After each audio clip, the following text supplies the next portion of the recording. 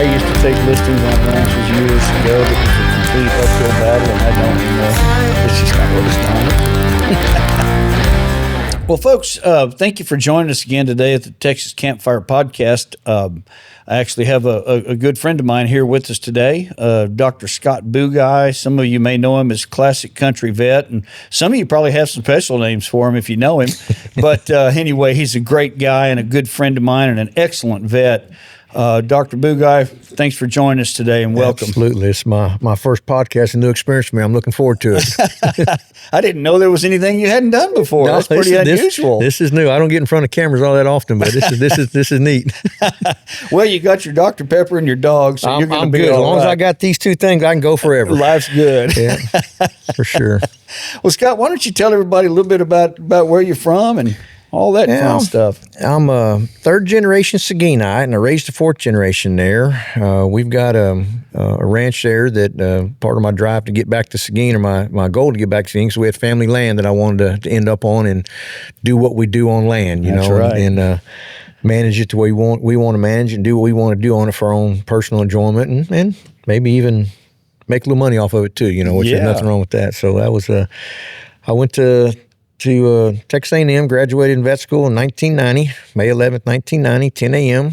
And that's, I'd say, when my formal education began, after I walked across that stage. And been a complete learning experience for the last 36 years. And let's just get it out of the way. Where did you go to vet school? Okay. Texas A&M. Yes, sir. All right.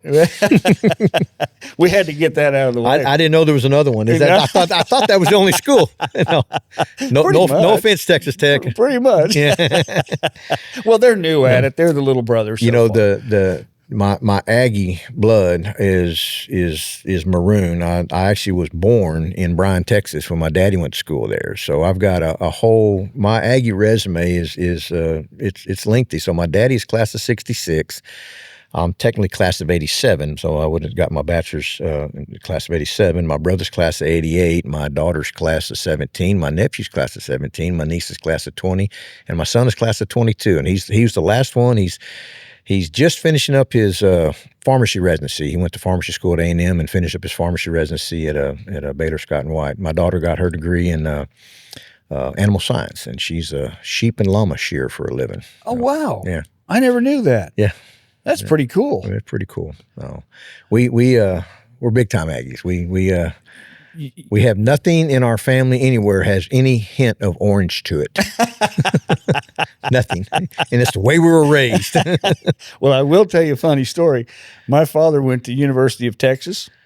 My condolences. And yes, I understand.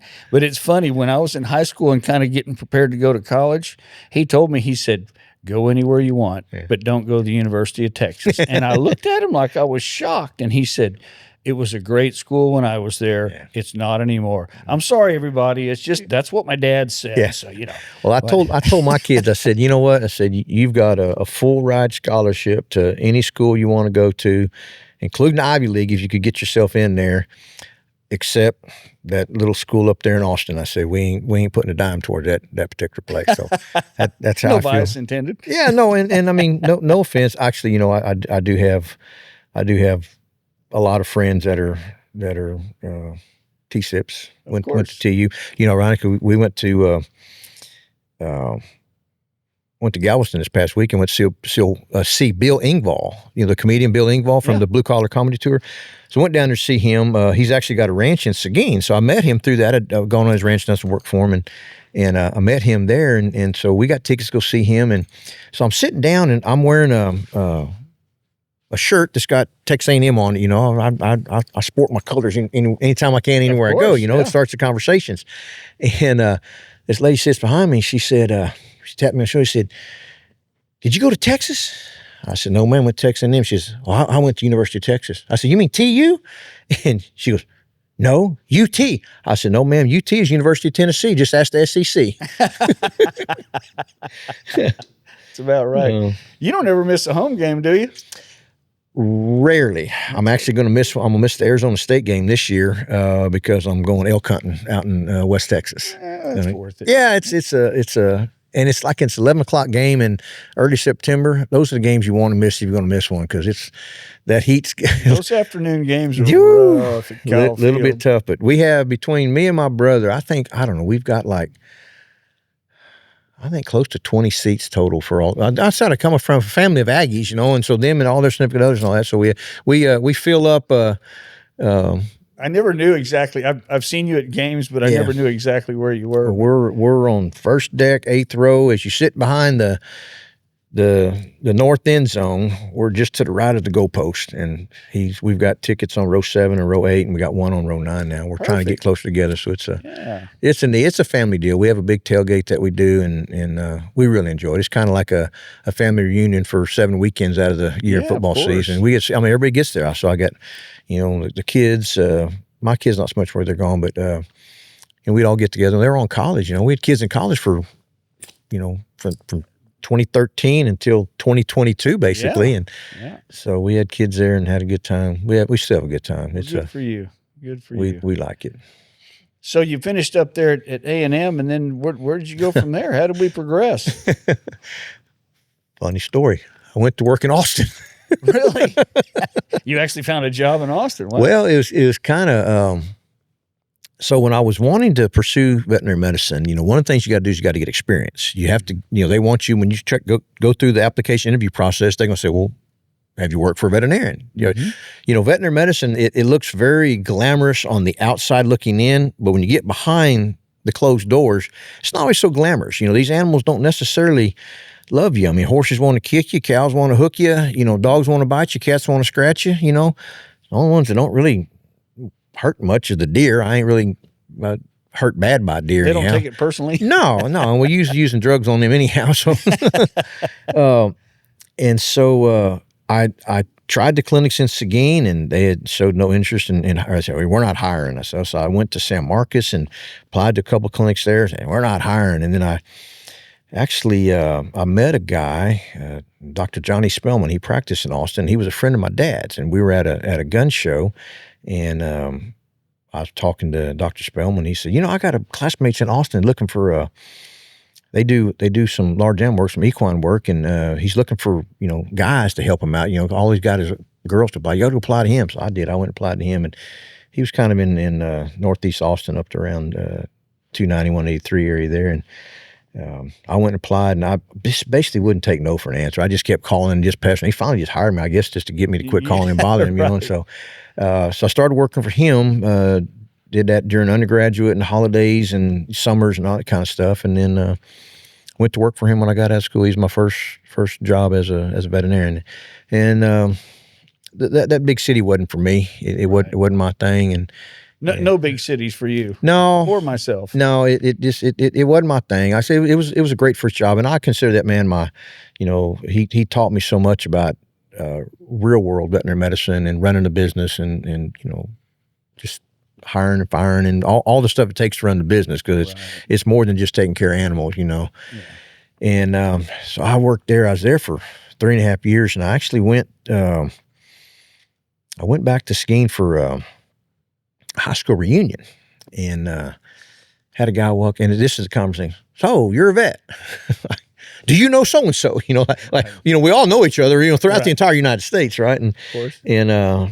And he said, he told me his vet, and his Dr. Scott Pollard. He said, that's my veterinarian. And he said, and I casually mentioned, I said, I've always wanted to come back to Seguin.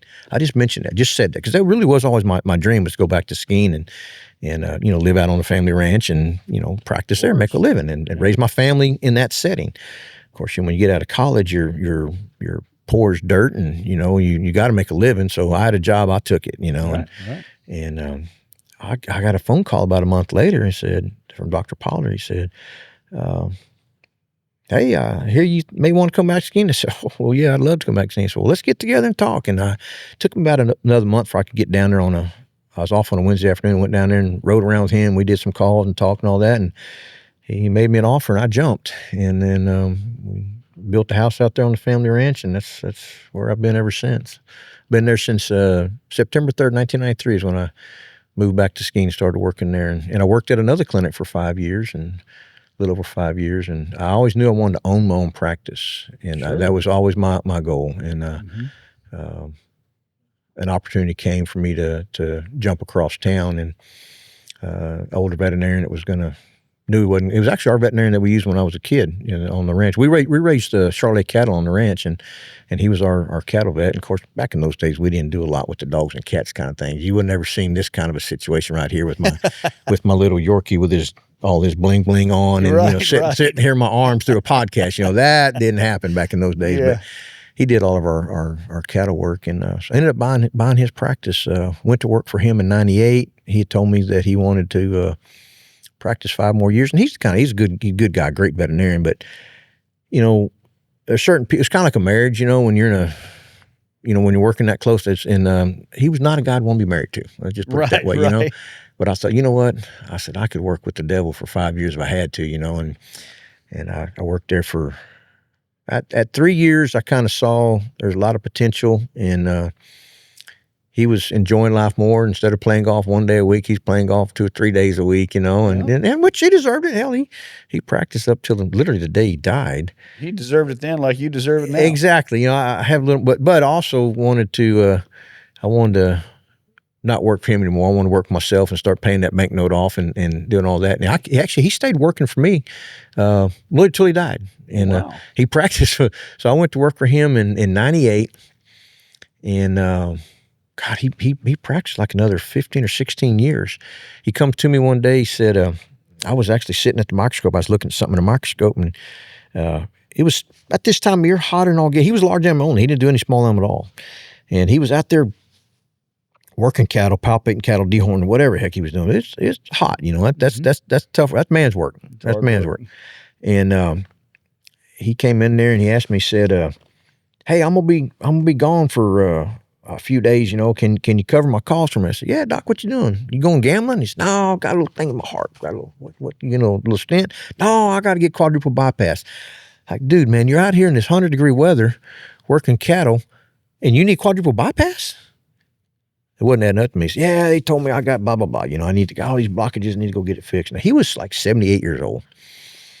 And so that was on a Wednesday. He had surgery on Friday, and he was dead on Monday. Wow.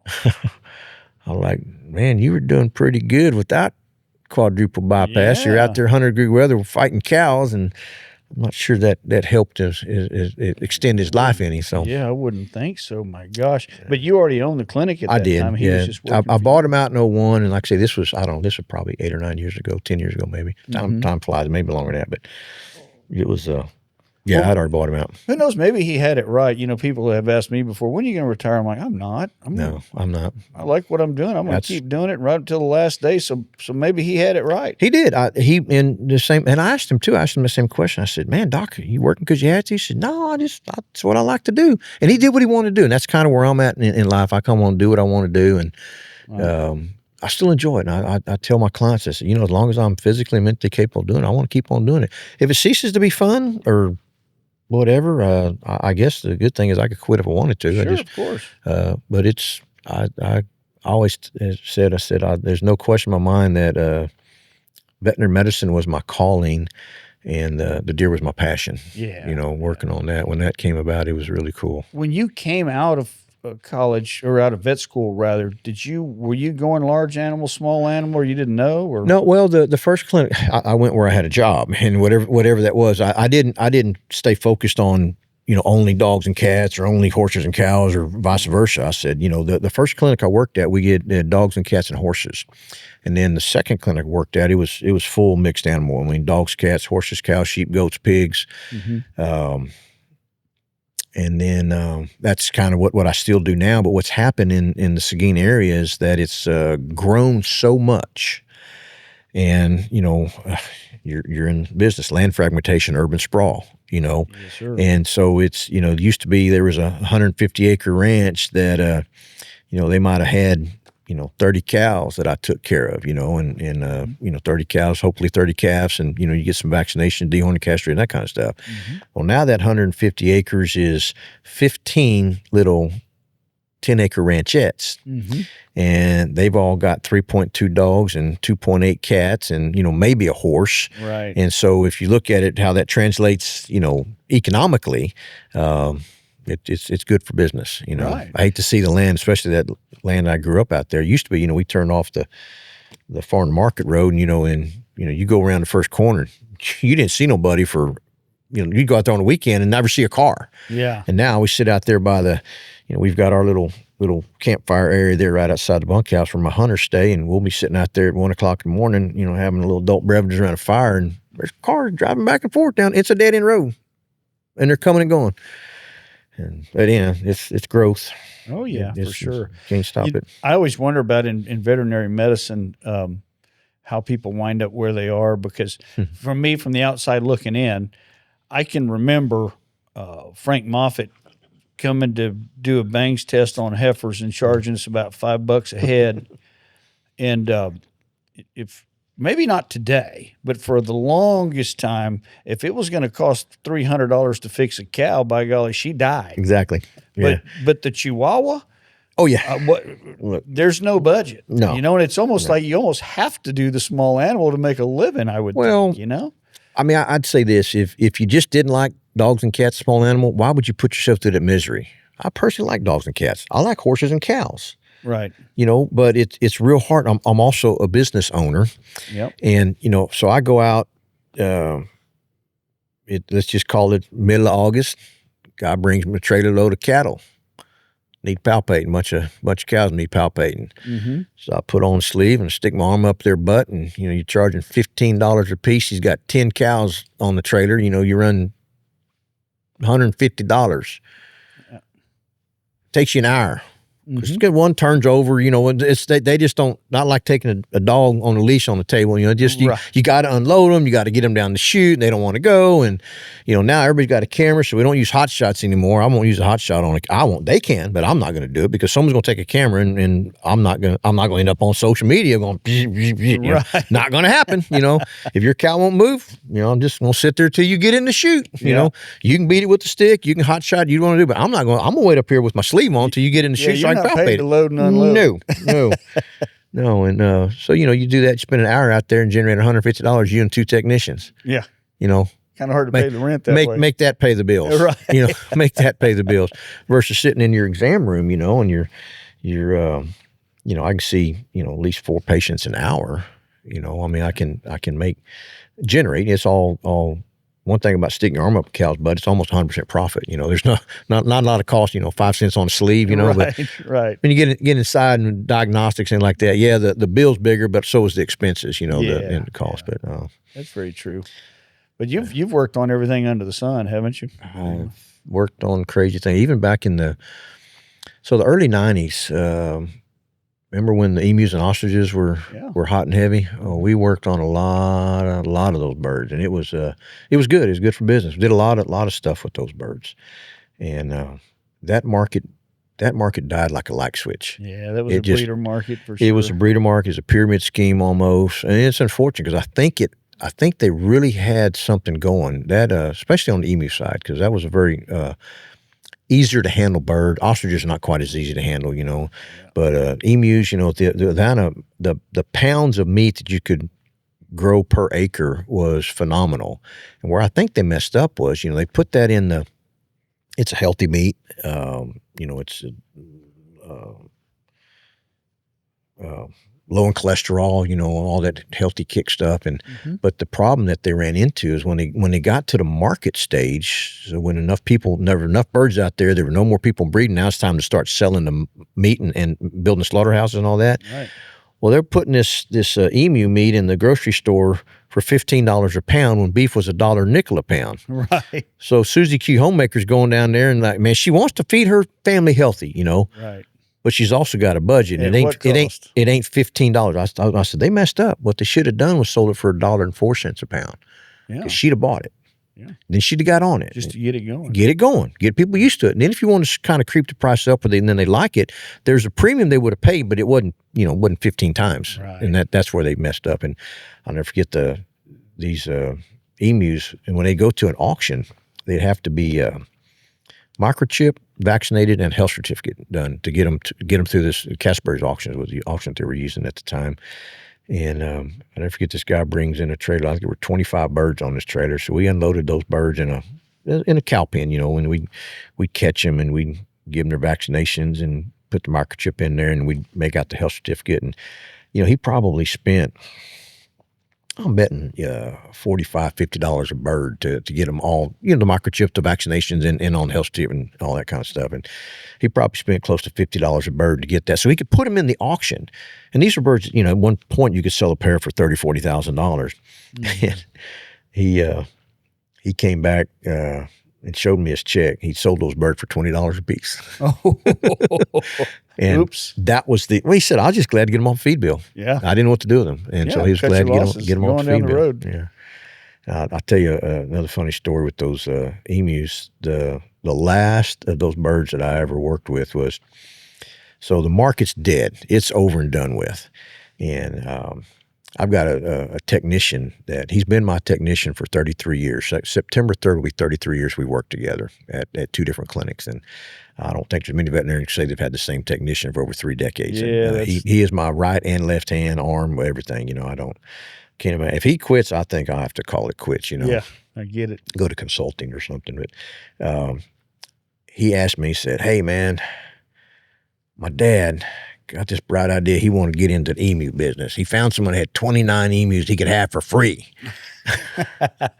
And he bought some land. He's built the pens. He just needs someone to go pick the birds up. Would you mind going with me to help catch these birds? I said, sure, I'll go with you. He's helped me out tremendously. I wouldn't mind helping him out. So I hooked up my 24-foot gooseneck cattle trailer, and we drove to Luling and got there and assessed the situation. And I got this bright idea where we're going to run these birds into this kind of a small area, and we kind of made a funnel with some panels to the back of the trailer, and we made a little plywood ramp, and we're going to herd these birds up on that trailer.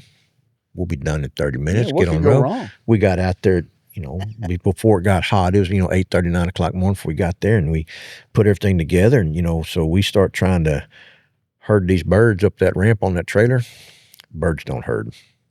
Birds, they hit that plywood ramp and they turn back, and then birds scatter. And we'd get them up there, and we did that for, 30, 45 minutes. So, and we didn't have a single bird on a trailer.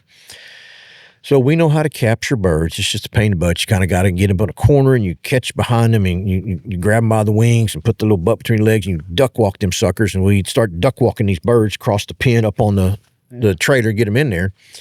And we did this about an hour. I think we had 6 birds loaded. I said, Brian, it's getting like close to 12 o'clock. And, summertime, it's hot, and I'm sweating, it's dirty, and dust kicking everything. I said, Brian, let's just take these birds and go. The guy said, nope, you take them all, you take none of them. All right. So we got a bright idea, and we turned these birds out into a little bit bigger pen. We went and got our ropes, and we roped 23 emus. You run them down the fence line. You throw your loop. It go around their neck, go around their body. When it hit their feet, you pull slack. Pull their feet up underneath them. Now you got tight slack. And we drug those birds across the pen, up that ramp on the trailer, and let the rope go. They kicked the rope off. We loaded the other 20 birds in an hour. We didn't break a leg. When those birds were worth $40,000 a piece, we'd have killed every one of them. Oh yeah. When they were free birds, we didn't break a wing. We didn't break a leg. I don't think we lost a feather. Didn't seem like. Yep. And we ended up.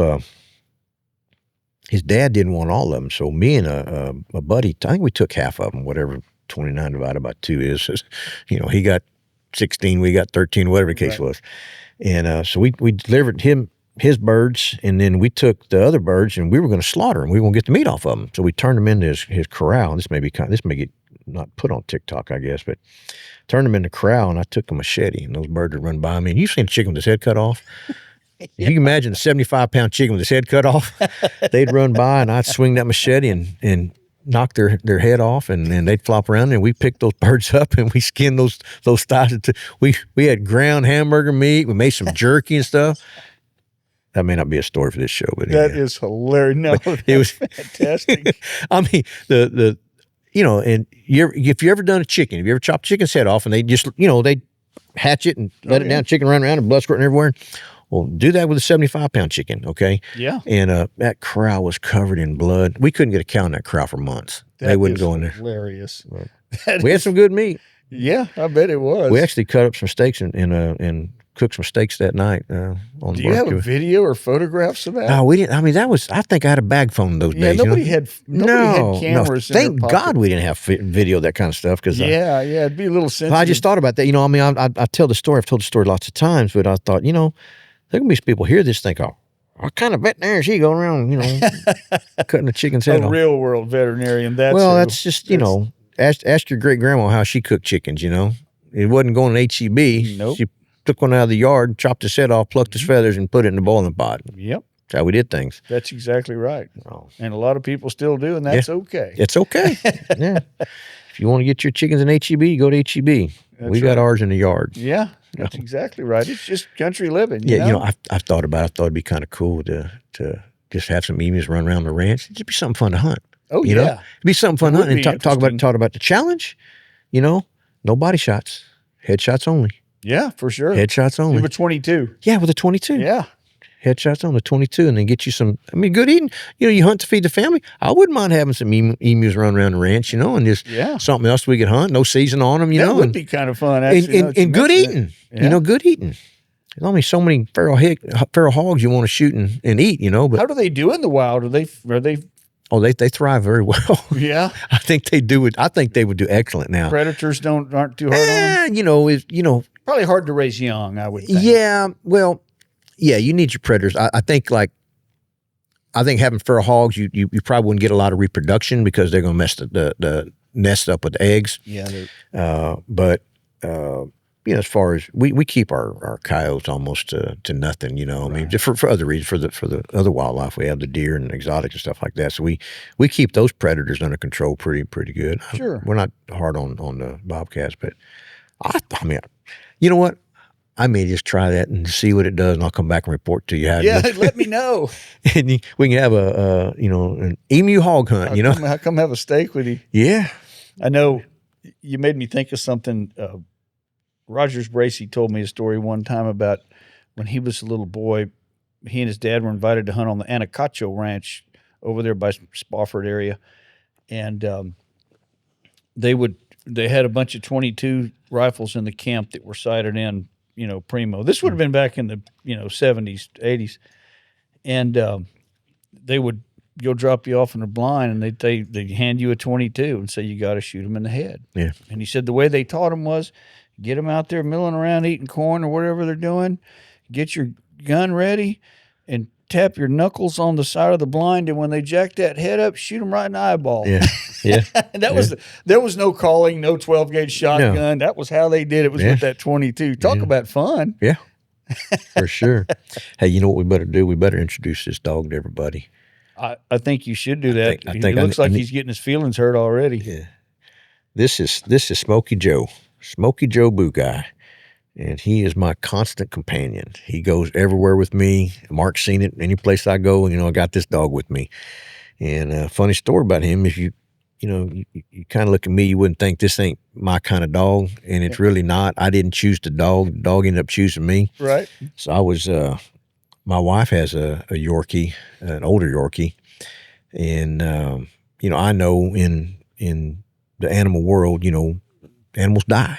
And my wife is very, I used to say unhealthily attached, but she's real attached to that, like a kid kind of a thing, and I know that when Paisley Pie, crosses that rainbow bridge, she's going to be heartbroken. Mm-hmm. Well, I also know I've been in this business long enough that the best thing in that situation, have another dog right there. So you can, people that are animal people, dog people, cat people, you got to have one there to focus your attention. It leaves such a big empty hole, and you never replace them, but you fill the hole with something else. And so I went to do, I do all the spay and neuters at the Seguin shelter, and I went to do surgery one day, and this dog was on the list, and I looked at him, and I said, kind of cute little Yorkie, little crapper. And so I took a picture of him, sent it to my wife. She said, I want him. Cool. Now we got that replacement dog. So I adopted her from the shelter and went home that night, and she's sitting there, and I set him down in her lap, and I went and sat down edge of the bed, and when I got ready, and we're laying there watching TV. He comes across in my lap, and he's been my dog ever since. he chose me, and then I mean, how do you not love that kind of attention? You know, it's and wonderful. I mean, he melts whatever he wants, he gets. You can see he's pretty important. He looks like he's pretty healthy. Yeah, he is. No, I've seen you out on ranches, at business meetings, at all kinds of stuff with old Smokey. He's right there. I can't stand. I tell you what was hard on me when I went to Africa. I didn't take him to Africa with me. Yeah, that was a little bit tough on me. I started after about day 7 or 8. I was missing him pretty heavy, and we did some FaceTime with the wife on him. You know, but he goes out to West Texas hunting with me, and he stays in camp when I'm out hunting. But then I got him at night. We're surrounding a fire, and it's just like this. I'm telling you, Yorkies are special. They are special. I had one, and it's a funny story. Also, I was going to the ranch hunting one weekend, and leading up to that, Stephanie had told me 10 times I want a Yorkie. And I kept saying, nope. I call them yappy licky dogs. Yeah. I said, no, if they can't hunt or do something productive, I don't want them. If they can't earn their own living, they ain't worth having. That's right. So this one particular Friday afternoon, I think Stephanie was mad at me about something, and probably justifiably so. You know, I'll of course, that. Yeah. And as I'm walking out to the truck, she says, I'm going to get a Yorkie this weekend. And I said, no, you're not. Well, you know who. Oh, I know who won that battle. I drove off down the highway, and when I came home, I'll never forget. I pulled up the driveway, and she opened the front door, and that little jerk came bouncing across. The St. Augustine grass was taller than the dog at the time. Yeah. And I was like, oh, she did it. She's got that damn dog. And I'm going to tell you, I love animals, love dogs, but for some reason that little Yorkie stole my heart. I get it, man. She every night slept in my armpit, and I knew right where she was. Yeah. She was used to me rolling over, and she knew where to go when I rolled over. Yep. And at the ranch or at home or anywhere, wherever I am, I get up in the morning, jump into Polaris, and I go feed corn. That's that's how I start my morning. Yeah. Good way to start it. And she had a little doggy car seat that we got over at PetSmart, and it was in the center of my Polaris Ranger seats. And, I mean, when I went out the door, she'd go bounce up on that Polaris, and off we'd go. I get it. I ride around, and I check water troughs, check floats to make sure everything's cool, check feeders. And when I get out, she would hunt rats wherever we were. She'd go find a pile of brush or get up underneath the trough and hunt. And I'm telling you, that dog died about 5 years ago. And for 3 or 4 days, I broke into tears, just random. I mean, it was, you spend your whole life being a tough guy, and these damn things just ruin it for you. I get it. You know, we have 6 of them now. We have six Yorkies, 3 Frenchies, and a pit bull. So we have 10 dogs. And when we come down to the lake, we take 7 dogs with us. The six Yorkies and 1 Frenchie comes down to the lake with us, and 7 dogs. And we go get. You know, we go to Dairy Queen, get pup cups, you know, and they know. I mean, it's funniest thing is we did it last night, coming up from Seguin last night, or coming down from Seguin last night, and we pulled in Dairy Queen to get my Blizzard and get a pup cup. And I got 6 dogs. The Yorkie, I mean, the Frenchie stays in the back with 6 dogs right here in my lap looking out the window. And everybody loves it. They oh, yeah, for sure. And they share a pup cup. They really are a special kind of dog, because I've had pointers and retrievers and all kinds of stuff like that. I was always a lab guy, you know. Me too. Yeah. Me too. But these guys they're bigger than their bodies, man. They're hard-headed, headstrong, golly, and they make you laugh. They make you mad and make you laugh at the same time, right? And their personality. You know, I had labs. I got my first lab when I was 16 years old. My parents got it for me as like a birthday gift or something like that. You know, only time we ever paid money, they paid money for a dog, you know, probably paid $150 for a full-blooded registered lab back then. I never forget the dog name, Bugai's Black Duchess. And I was going to be in the dog training, and, you know, I was going to breed her and all that kind of stuff. And right. Anyhow, that was the start of my labs. And she went through high school and college, and I put her down, she was 16 years old. So I got her when I was 16. I was 32 when I put her down. So she went through, from 16 to 32, you go through a whole lot of things in life, Yeah. And she was there all along. She used to go on campus with me, and she'd just sit out whatever building. I never had to put her on a leash. She was on a verbal leash, and all I did was walk out the window, whistle. She'd come to me, rode in the back of the truck, which I don't keep talking back of the truck anymore because it ain't worth the, people take a picture and something like that. Everybody don't tell me how to take care of a dog. I've been taking care of dogs for a long time, Yeah. And I had the same thing, but instead of the hole in heart, I always said she was a bird dog. She retrieved, doves for me and stuff, and only had her trained on doves. And so I always had a young lab and an old lab, and the old lab would die and the young lab, and I'd get another one, and moved on like that. Well, I'd gone through a phase where I'd lost the old lab, and this was like 4, 5, 6 dogs, down the road. And for me, it's occupational hazards. I never had to buy them. I mean, I would come across them at work, yeah, I got this dog. She's more than I can handle. You want her? Yeah, I'll take her, and him or her, whatever. And I had some really, really good hunting labs. And so I had an old one, that I had to put down, got down in the back end, and had a younger one behind it. And then that's when I started looking for another one, And during that dog, he was only I think he was 6 or 7 years old. And I got up at early one morning, and I was going to actually go do some deer work. I had to go drive about a 3-hour drive someplace, and I had to go get the work done to get back to the office in time to start seeing appointments. And so I was walked out the house at 3:30 in the morning to go on this call. And his dog's name was Duke, and I could tell something was wrong. I wasn't sure what it was, So I loaded him up in a truck, and he normally would go with me, and I took him, dropped him off at the office, and said, when my technician gets there, I'm gonna have him, take X-rays, draw blood, whatever. And anyhow, I put him in a cage, and when my technician got there, he had died. He'd had a twisted spleen, and wow. He somehow did a roll around, scratched his back, and twisted his spleen, and just that's rare. Only one I've ever seen. Yeah. And so since that time, I haven't had a lab because the old dog always trained the young dog. I wasn't a trainer. The old dog trained the young dog how to do it, and now I ain't got the energy of the time, and I guess I'll just buy one that's already trained. And I guess it's really interfered with my duff hunt because I don't like to duff hunt if I got to pick my own birds up. Oh, for sure. Yeah, you want to get up. It ain't the same thing. Don't want to leave the tailgate. Exactly. To get too far away from the beer, right? That's a fact. Well, so getting back to it, at what point? In my opinion, you're the premier whitetail deer vet in the state of Texas. I appreciate that. I think there's quite a few out there nowadays, but I did get started in the by default actually because we got no cervid medicine, no deer medicine, right. and the only deer experience I got when I was in vet school was somebody found a fawn that was covered in fire ants, and they brought it in on emergency.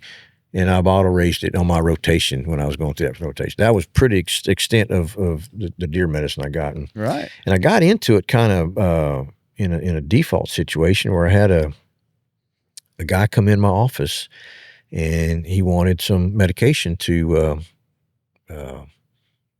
tranquilize his deer so they could put – this would be when parks started requiring all the tagging and stuff.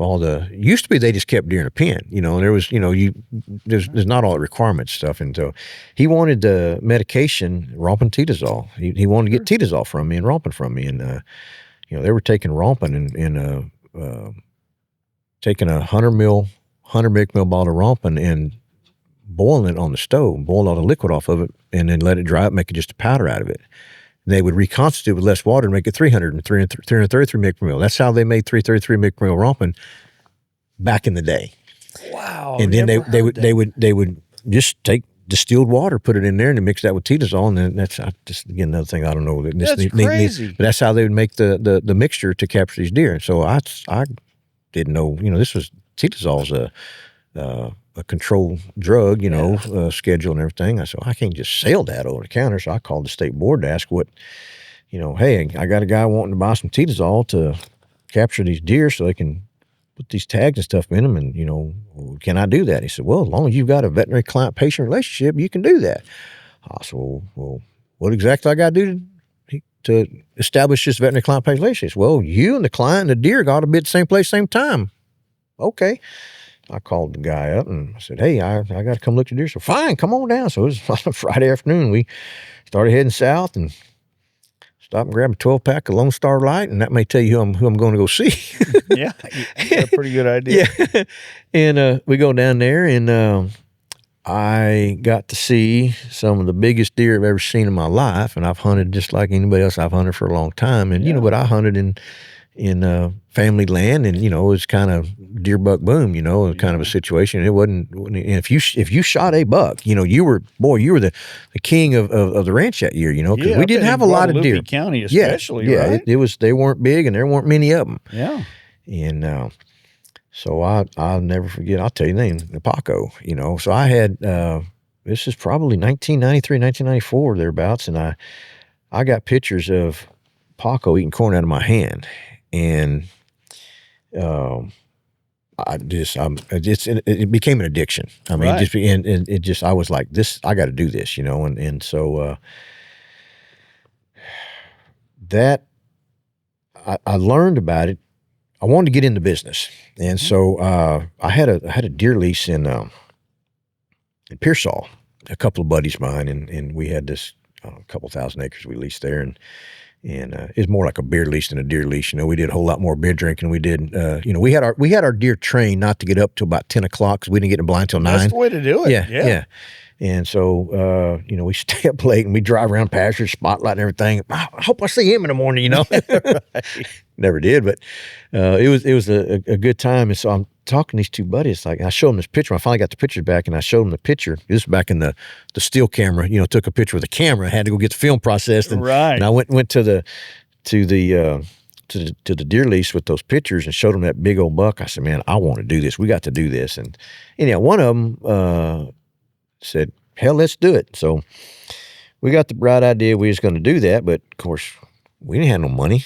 It takes money to get in deer business. Mm-hmm. And so you said 93, 94 thereabouts, yeah. Yeah, that's when I saw my first breeder pen deer. First started seeing captive deer. Yeah, that was probably, let's just call it 95-ish at the latest, Yep. So, and mind you, I've been out of school 5 years. I ain't got the pot to piss and when to throw it out of. Mm-hmm. I'm broke. I'm just working to pay the bills. Yeah, absolutely. And so how am I going to get into the deer business? But I wanted to do it. I was determined that's what I was going to do. We had the land, so I didn't have to buy land. I had land. Pretty good start. Yeah, that's a big expense out of the way. And so now this ties back into the emu and ostrich side of things. Of course, all those emu and ostrich pens are 8-foot fences. Mm-hmm. And I had a guy that was in the business and wasn't in business anymore, but he had all these pens. Oh. I don't know how many feet or miles, whatever fence he had. And he said, "Hey, anybody who wants a bunch of high fence and posts, and they can just come tear it down." I'm tired of looking at it. I can't sit on my porch without seeing all those pens out there. Mm-hmm. It was okay when he was making money off of them. Then it was just an eyesore after that. And I think I may know a guy. Yeah. So I called my buddy up and said, "Hey, man, I know we're going to get a bunch of fence wire and posts and everything. All we do is go tear it down." So we picked up a couple of hands at the Home Depot, and went down there. And a couple weekends, we pulled all this post and wire, pulled us up and stacked it on the ranch. And thought, man, you know what? We'll get down and we'll just put in a corner every weekend. We'll come down and we'll put corners in. That wire sat there for several years. Mm-hmm. Nothing ever happened. Nothing ever got done with it. Like, dang, I still want to do this. I want to do this. So I had a client that her husband was in the deer business. And I'd heard that he had some deer. He was in Kingsbury. And she came in a clinic one day and said, I asked her, I said, "Hey, how's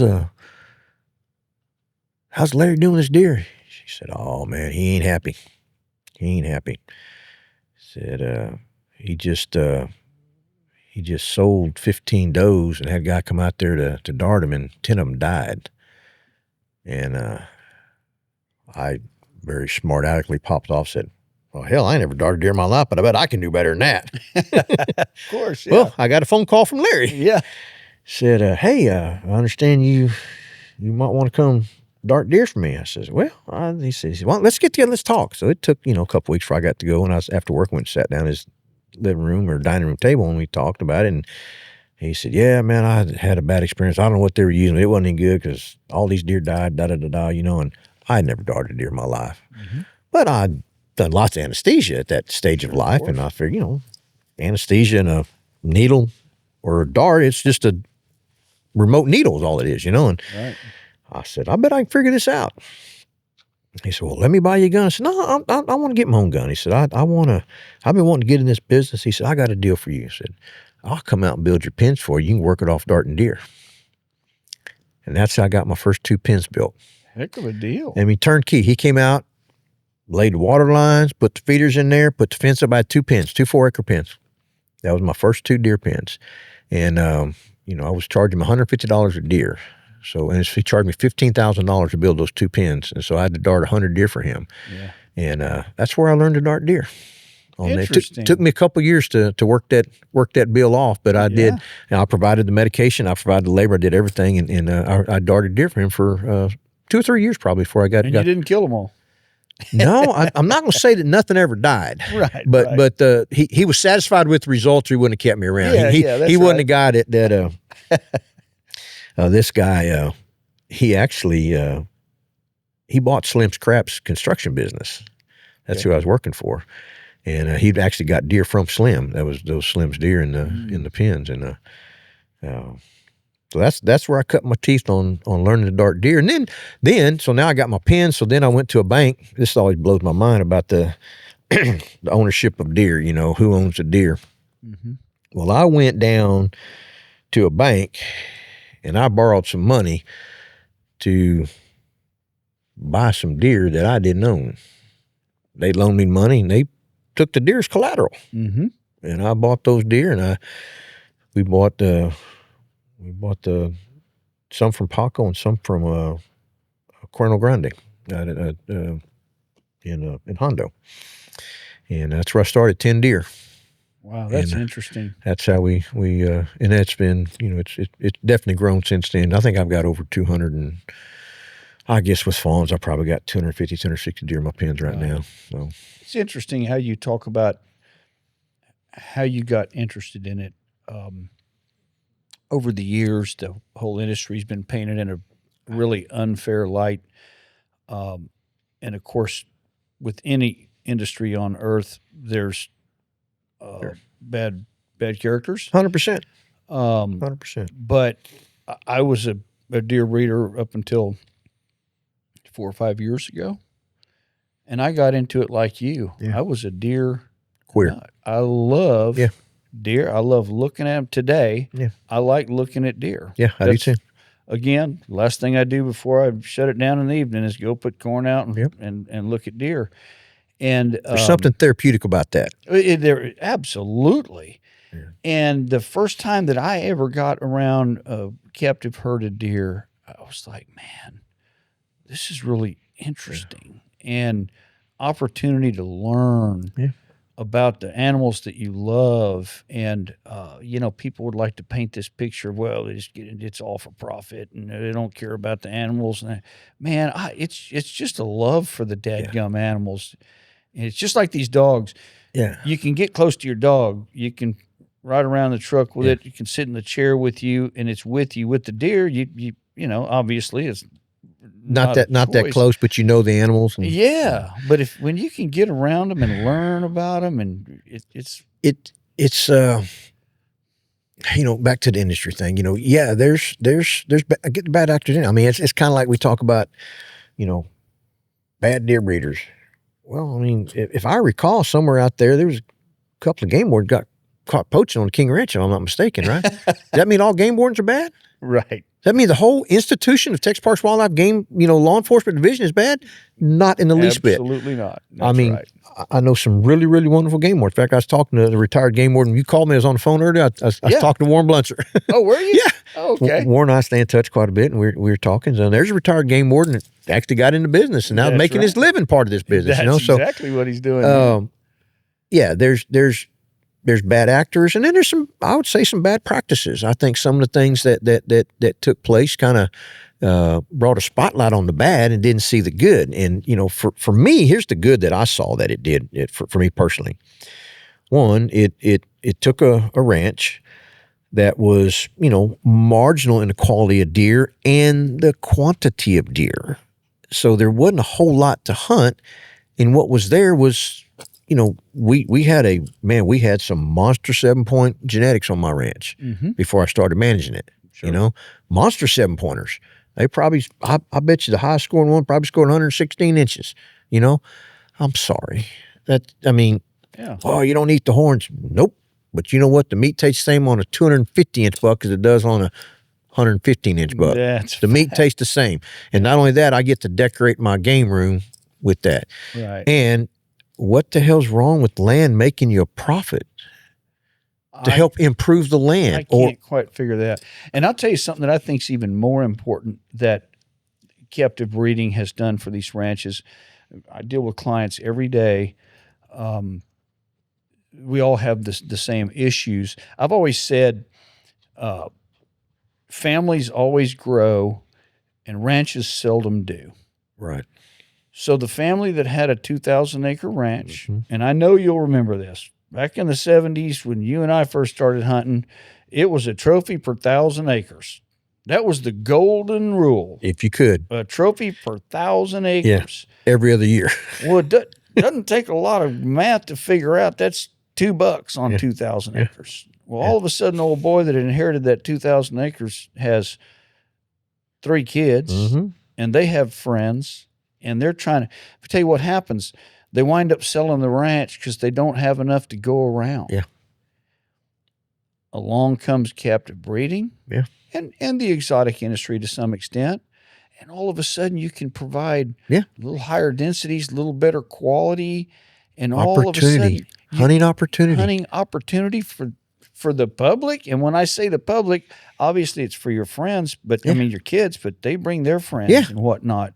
And all of a sudden recruitment. That's it. Yeah. We're bringing in new hunters, new license sales. How? How is that a bad thing? I don't. Other than I call it the hypocritical conservation Bible that gets thrown in our face about the North American wildlife model, which there's some good things in there, but of course. It doesn't fit all situations, Right. It's kind of like, it's like my tattoo, hunt your way, and by God, if moccasins and a loincloth and a recurve bow is your way of doing it, and that's what gets you. I love it. Man, I'm all for it. But what's wrong with mine being, on a smaller, I don't have thousands of acres, but let's just say I've got a small high fence ranch and I've got a comfortable blind, and I've got a cocktail and a rifle, and I'm sitting there just enjoying the great outdoors, relieving the stress from dealing with everything you deal with on a daily basis. Right. And I'm sitting out there in a blind, and I'm even to the point where I'm ready to put air conditioning in my blind so I can do it year round and not have to sweat, because I don't like sweating in a deer blind, Right. And you've seen those blinds now, the solar panels and the mini splits and all that. I'm like, I need to look into that. And you know what? The deer get used to the noise. They do. They get used to the noise. Get used to anything. They get used to anything. Yeah. So I don't see the downside. Again, there's some practices that could probably be better off not being done. But right. Instead of focusing on improving the aesthetics of that, just throw the baby out with the bathwater. It's all bad. It's all bad. I can't believe you do this, and the battles we fought. Both we wore a hat, at different times, the same hat, and right. All the things that we faced of I'll call it outright lies, just outright lies. That's right. That these deer can't grow big, without drugs. Oh yeah, they can. Oh yeah, they do. Mm-hmm. Oh yes, they are. Well, look, pick up Boone and Crockett or old John Stein's Big Rack books or what have you.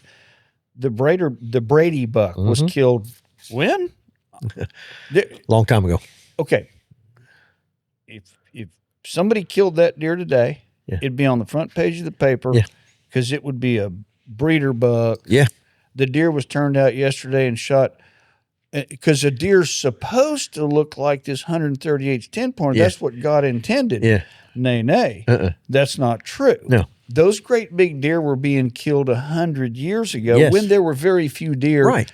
in the state. And what people understand is all we did was we had some grow big and we propagated that particular trait. That's right. You know? That's right. And has it swung too far? You know, do we need 500 and 600 inch whitetail deer? Is that actually good?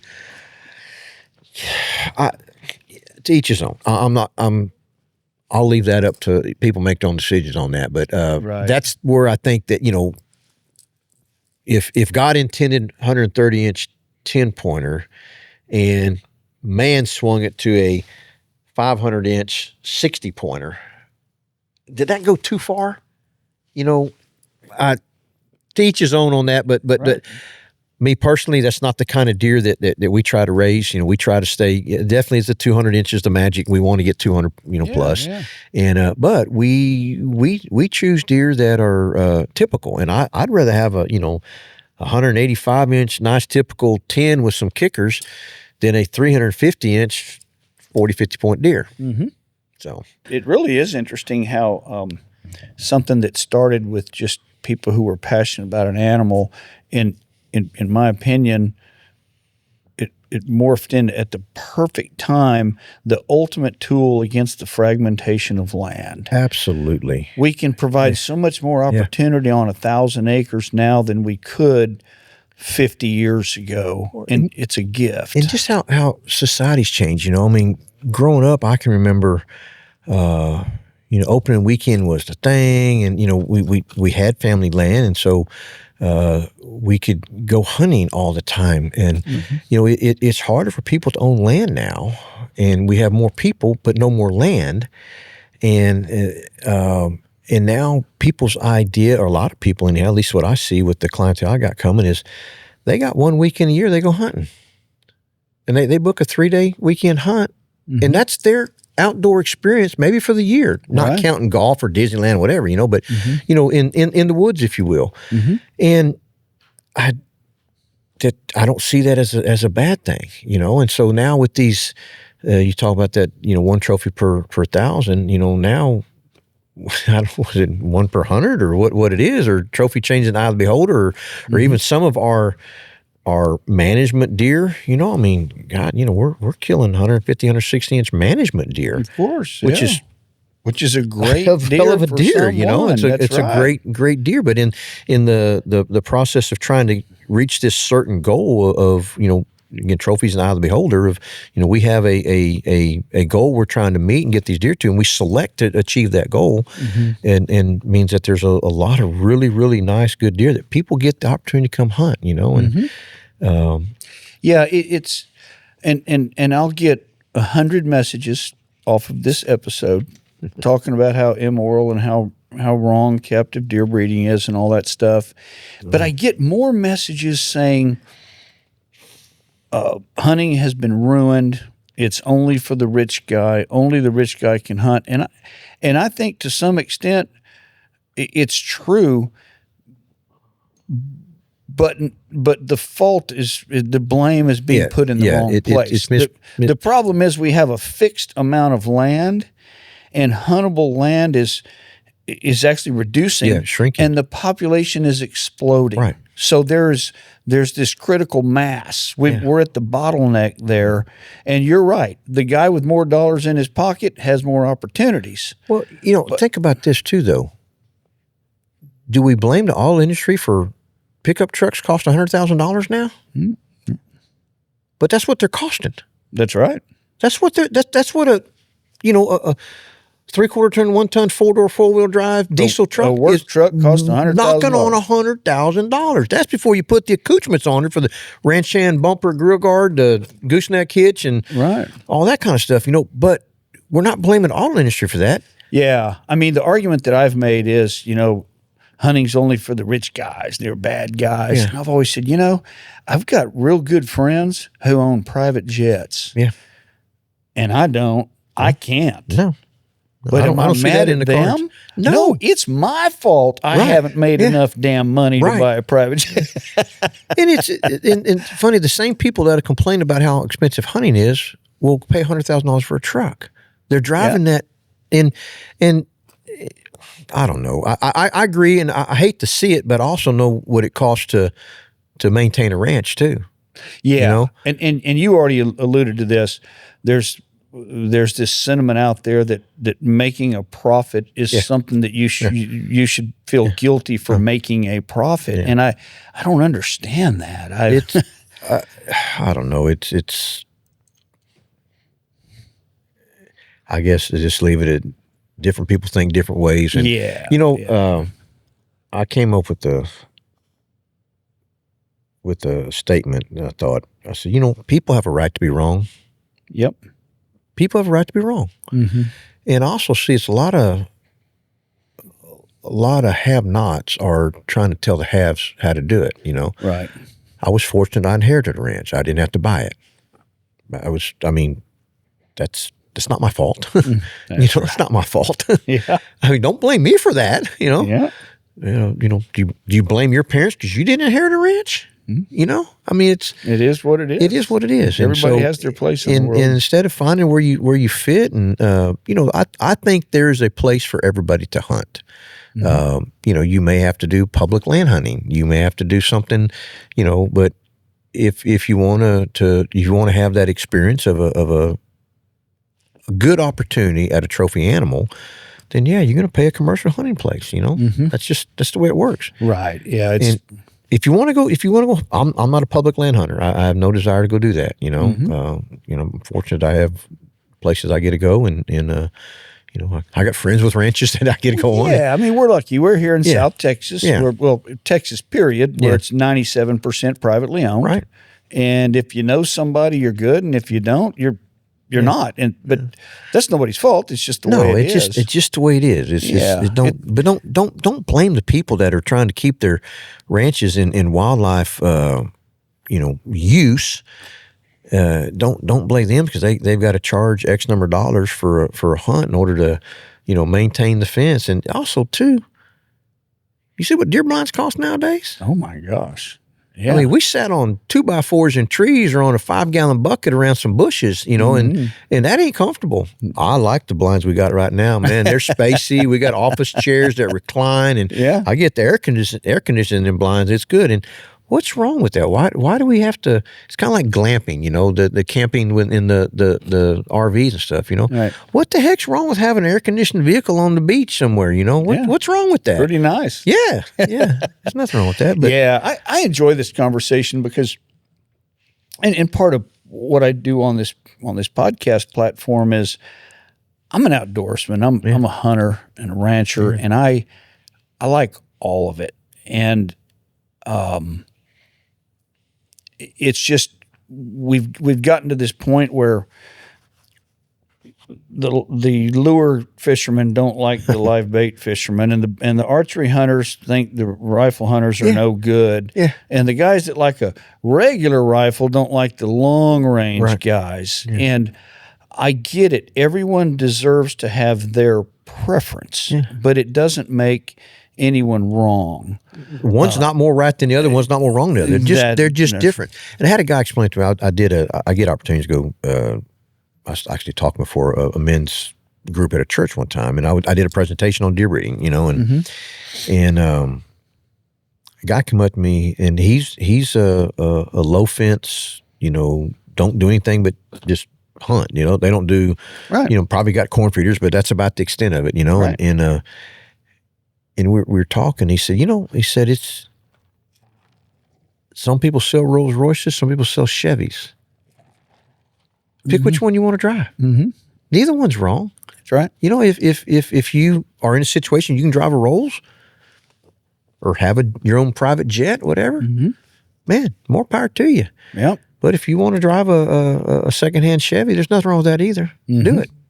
Just go do it. Yeah. Just go hunt. Hunt your way. Hunt your way, and don't be knocking people that do things differently. At least we're outdoors. At least we're hunting. Yeah. Keeping that that heritage.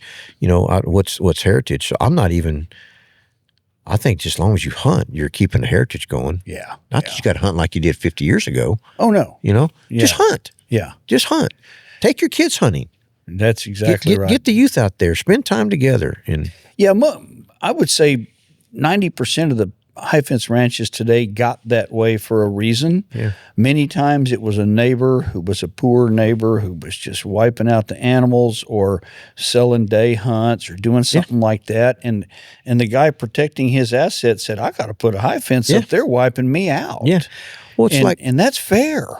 It's a tool. And I look at it, I say, as long as you're not breaking the law, I don't have anything to say about you. But when we're out, and I've got a neighbor that had 10 acres, and he'd have his buddies out there, and in our area, I think I'd heard he killed 8 bucks on that 10 acres. Yeah. That if you look at the density that Parks and Wildlife talks, that 10 acres doesn't even sustain 1 deer. Mm-hmm. Yet they killed 8. Yep. And so some of those deer were, coming off of our place over there. I'm just trying to let them grow, get bigger. They're just trying to put meat in the freezer. Right. And I don't fault him for that. Nor should he fault me for putting a fence up. Exactly. But I guarantee you, he had the rear end over that. Yeah.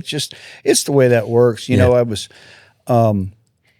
somebody asked me, would you rather shoot a 200-inch deer low fence than high fence? Absolutely, 100%. Running away, that's what I would rather do. Yeah. I don't fault anyone for what they do. No. I was hunting mule deer out in West Texas one time with some mutual friends of ours, and the guy that owned the ranch, he knew some of us owned high fence places, and we were sitting around drinking red wine and visiting that night, and he said, you guys got to admit, this low fence hunting's a whole lot better than high fence hunting. And I said, yes, I do agree. Yeah. But I wasn't born with a 200,000 acre ranch. No.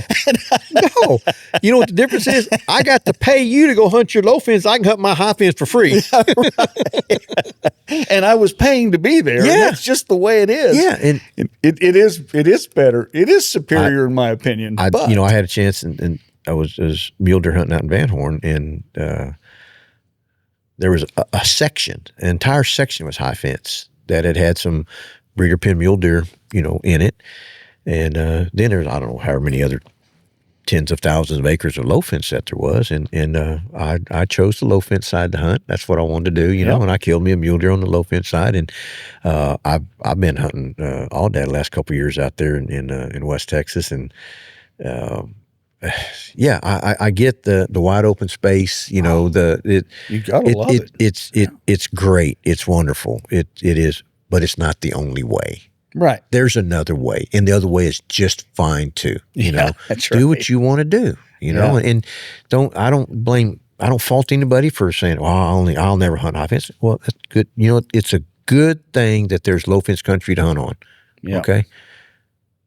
But don't blame me because I hunt high fence. Yeah. I've got no issue hunting high fence. Yeah. None whatsoever. No, that's exactly right. And it's just, I think what it boils down to is that the people who are opposed to any kind of captive breeding or any kind of movement of animals or high fences, they've just done a really good job of putting a bad lens on the people who do. Some of it's by telling lies. I know. That's the problem. Some of it's by telling lies. Let's just have an honest conversation about it, right? Well, I've invited people. The thing that gets me is that they think it's the canned hunt. Right. And it's the furthest thing from that. Yes, we may keep a density where we shoot a lot of animals, but I tell you what, you think that hunting breeder pen deer on my ranch is a total canned hunt. So I'll tell you what I'm going to let you do. I'm going to let you come in my pens and pick out what buck you want to do. I'm going to paint that sucker pink. I'm going to turn it out on the ranch and give it a 10-day head start and let you go try to hunt it. Oh, you may see it because it stands out, but you may not get a shot at it. Right. And don't be taking those stupid shots, Yeah. If you want to wait for a good clean kill shot. And the other thing too is it's kind of been a challenge as we have higher densities. Sometimes that good boy, the one you want's out there, but you don't get a shot at him because there's too many other animals around him. Right. And so it's still a challenge. Yes, he's there. Right. Yes, he probably ain't leaving that ranch, but it can still be a good challenge. We scout, we have cameras, we know what deer are out there oftentimes. Occasionally I get like, man, I ain't never seen him before. Wow, what a surprise. And I like that kind of stuff. But there's times when we scout deer, we know there's a deer there, we know someone that's interested in that particular buck, and we go hunt that buck, and it doesn't happen. Yeah, the hardest thing in the world is to hunt one animal. Yeah. Once you select one and you say, that's the one I'm after, it's a lot harder than you think. Well, I had a friend of mine that he paid to come hunt the ranch, and he was after a big deer, and he actually scouted pre-season with me. We're sitting in blinds, and this really nice ended up being a 264-inch buck. We put his name on it. I named him Boss Randy. And so he came out to hunt him.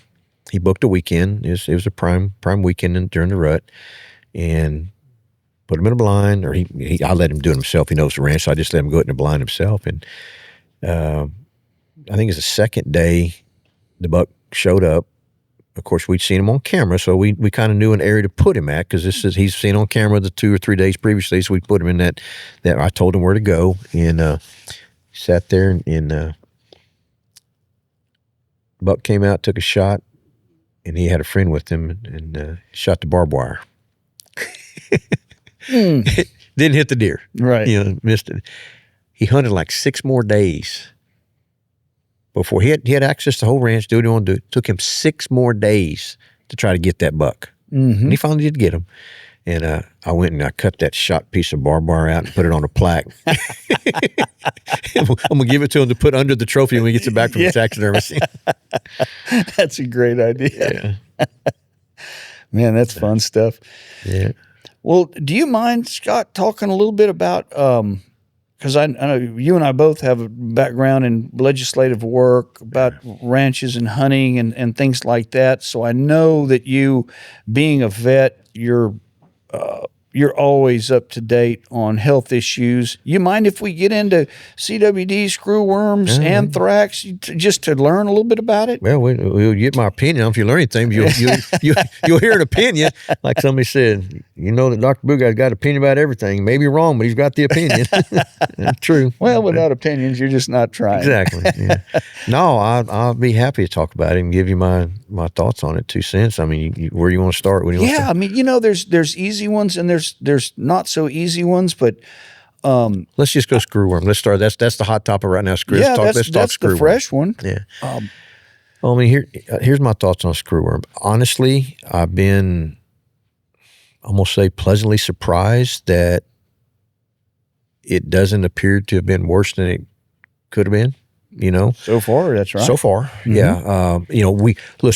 We know that when we have flies, this is done. We know how to treat this. We know how to cure this particular pest. No doubt. I believe that I'm very disappointed that we don't already have the number of flies that we need. We knew this was coming for a long period of time, and I don't know. I'm not in that decision-making room of what to do, when to do it, how to do it, whatever. But I mean, when you know a potential disaster is coming your way and you have all this extra time to prepare for it, I mean, Scott, if you don't mind, back up so we make sure people understand. How did we know they were coming, and how long in advance? Just I know it, but if you'll kind of go through the I don't know I have the exact timelines, but basically, if you go back in the 60s and 70s, and this is, we grew up, and I can remember, picking up the old cardboard boxes on the ranch, where the flies were dropped around there. And so, we basically eradicated the screwworm, let's call it in the early 70s. Yeah. And, we pushed it all the way back down to the Darien Gap down in Panama. And then we kept it down there. We weren't trying to keep it out of all of South Central America. We just want to keep it out of the United States. For 50 years, we kept it down there. 50 years we kept it down there. And I'm not sure what happened down there, but somehow it started moving northward.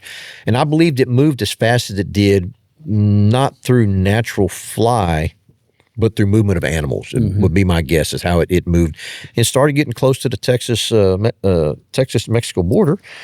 And I think they breached the Darien Gap about 4 years ago. Probably, yeah. And have progressed this way. Progressed up, and then, starts getting, we're 350 miles. Now we're 170 miles. And I mean, it jumped that like in a lot faster than that 12-mile distance that the fly can fly.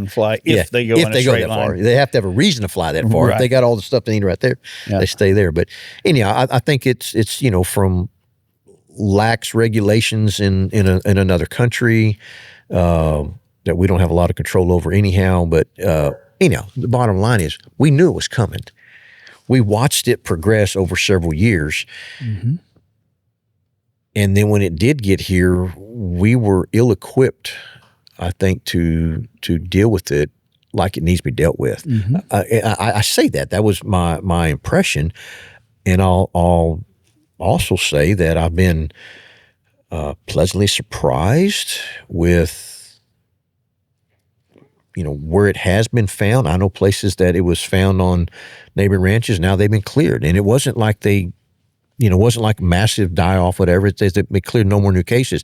It always makes me wonder, is this, under-reporting? Is this, lack of good observation? I'm not sure. Yeah. And some of that may be in there. But all in all, I think it could have been worse than it has been. So far, that's right. But it still may get worse in the future because, we still got a ways before we've got until we have the tools we need, which is basically sterile flies, to eradicate this again. We still got some time before that gets here, and it doesn't. I mean, flies can replicate pretty fast, pretty fast. And they can. And I'm worried about this coming spring.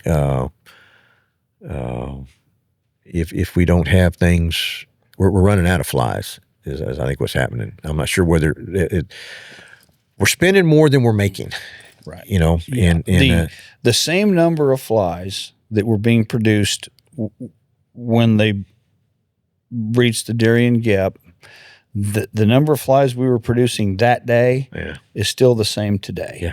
And I know there's a bunch in the works, but to get to your point, why did we wait till now? And of course the object here isn't to throw stones at anybody, but you do have to stop and wonder, why didn't we prepare a little bit so to catch up with where you are now? The flies that we had before they got into Texas were kind of going up and down the border and some in Mexico.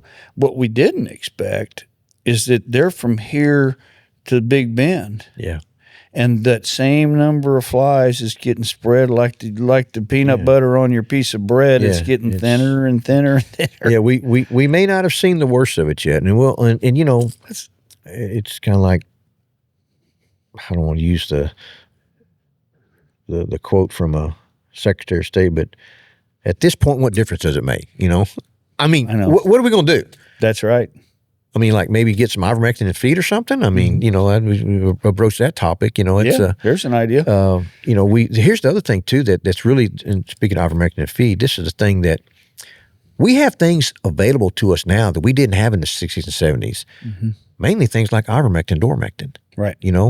And I think there's been some fumbling that we don't have that at our availability right now. I don't understand. I think it gets more political than anything. I don't understand why we have not been given the emergency use authorization to put ivermectin in feed to use on our ranches. Now, I'm fortunate. I'm not in an infected zone or in a surveillance zone, and I'm grateful for that. Very thankful for that. But it just takes one trailer load of cattle to move it into my area, and it can be done. And then I've got it. And then you look at I've spent the last 20-something years investing in this ranch and getting this ranch going and getting, nice deer and exotics and everything else. I mean, we've got a nice little hunting paradise here. I call it my little piece of heaven. Mm-hmm. And all that is threatened by potential screwworm flies getting on my ranch or anybody's ranch. And a simple tool such as ivermectin and feed, which from all the data I've seen, it'll work. Wow. Yeah. It'll work. I saw some data last week coming fresh off a study that is real Saw the same thing. convincing, real convincing. And I don't understand the hesitancy other than ignorance. And I don't mean stupidity. I just mean just ignorant. People just don't know. But if you look at something that we have been using ivermectin in feed in the fever tick zone for over a decade. And there was none of this concern and worry about resistance or, withdrawals or whatever the worry and concern is about allowing private landowners to use it to protect their investments on the ranch. None of that, well, if you're so concerned about that, where were you over a decade ago when it started being used, right. Along that? And what the deal is, and it makes sense to me, is that the benefit exceeded the potential risk. And it's not a risk, it is a potential risk. Mm-hmm. We potentially could have non-target species get it. We potentially could have resistance build up. Mm-hmm. But we've done it for over 10 years. I want to say it's 11 or 12 or 13 years. I'm not sure how long it's been used. I think it's 11. Yeah. It's just called over a decade. That's long enough. Yeah, okay? 100%. And now we hit a crisis area or a crisis situation where we've got the pest in Texas now, and we've got a tool that's been used for ticks, but not the screwworm, but it actually works. We've got data to show that it works. And we've got all these roadblocks and all this changing, well, if you'll do this, we'll consider it. And then you do that, like, we're not sure. We're going to wait for this. And it's like, mm-hmm. all the while, this pest has the potential to be propagating and getting worse and getting worse. And we still don't have the authorized use.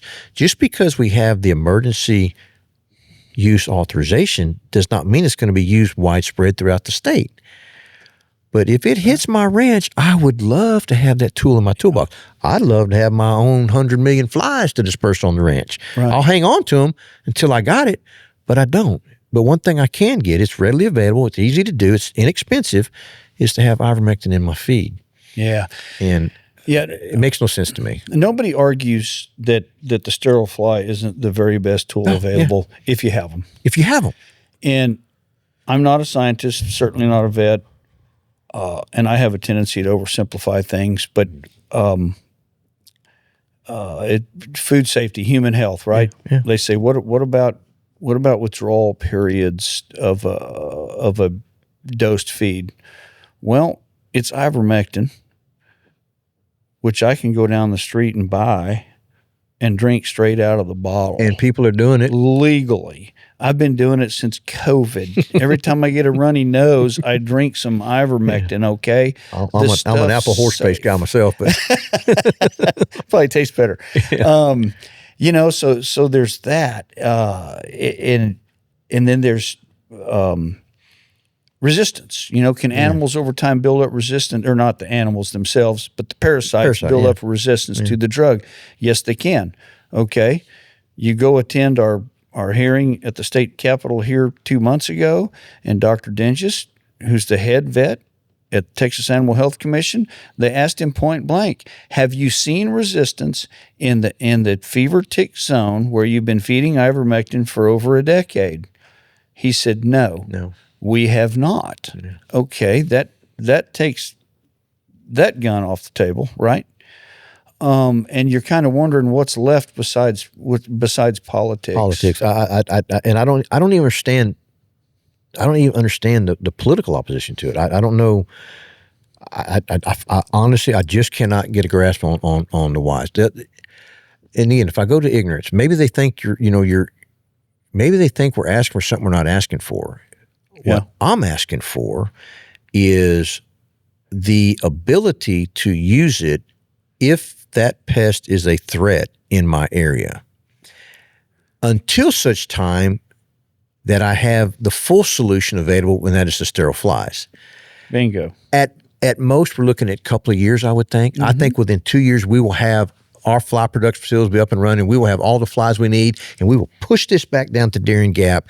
And probably for the rest of our lifetime, it'll stay down there because it's fresh in our minds. But what will happen is they'll get lackadaisical again in 50 or 60 years from now. We'll deal with this again, okay? Yeah. And it would be really, really nice that if we had this emergency use authorization of ivermectin in feed now, and it comes back in 56 years, we say, well, we did it back then. Why can't we did it in 2026? Why can't we do it in 2076? You got to say those words real slow.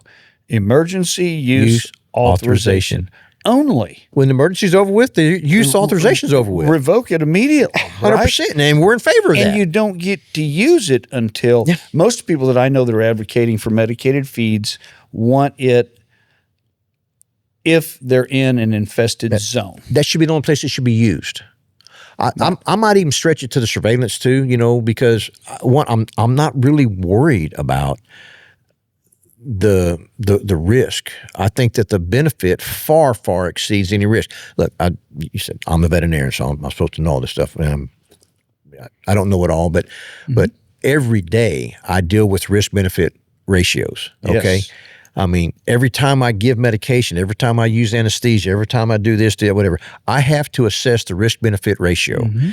If the benefit exceeds the risk, then we go forth with that procedure or that medicine, what have you. Right. If the risk exceeds the benefit, you don't take that chance. Mm-hmm. So when I put my little simple redneck-minded analysis of this, the benefit or potential, and it's all potential at this point, okay? We haven't used ivermectin widespread to know that it does work, but all the data shows that it does. Right. We're looking at blood samples and tissue samples, and we're looking at data from a laboratory that says, look, it meets it. And here we are. I 100% support that data. I've read it. I like it. I believe it. I think it's going to be I wouldn't even push for this. I wouldn't stick my neck out there that far. And the risk, I'm not sure I understand the risk. It's better than a periodic injection of ivermectin. Yes. The feed through is superior. Yes.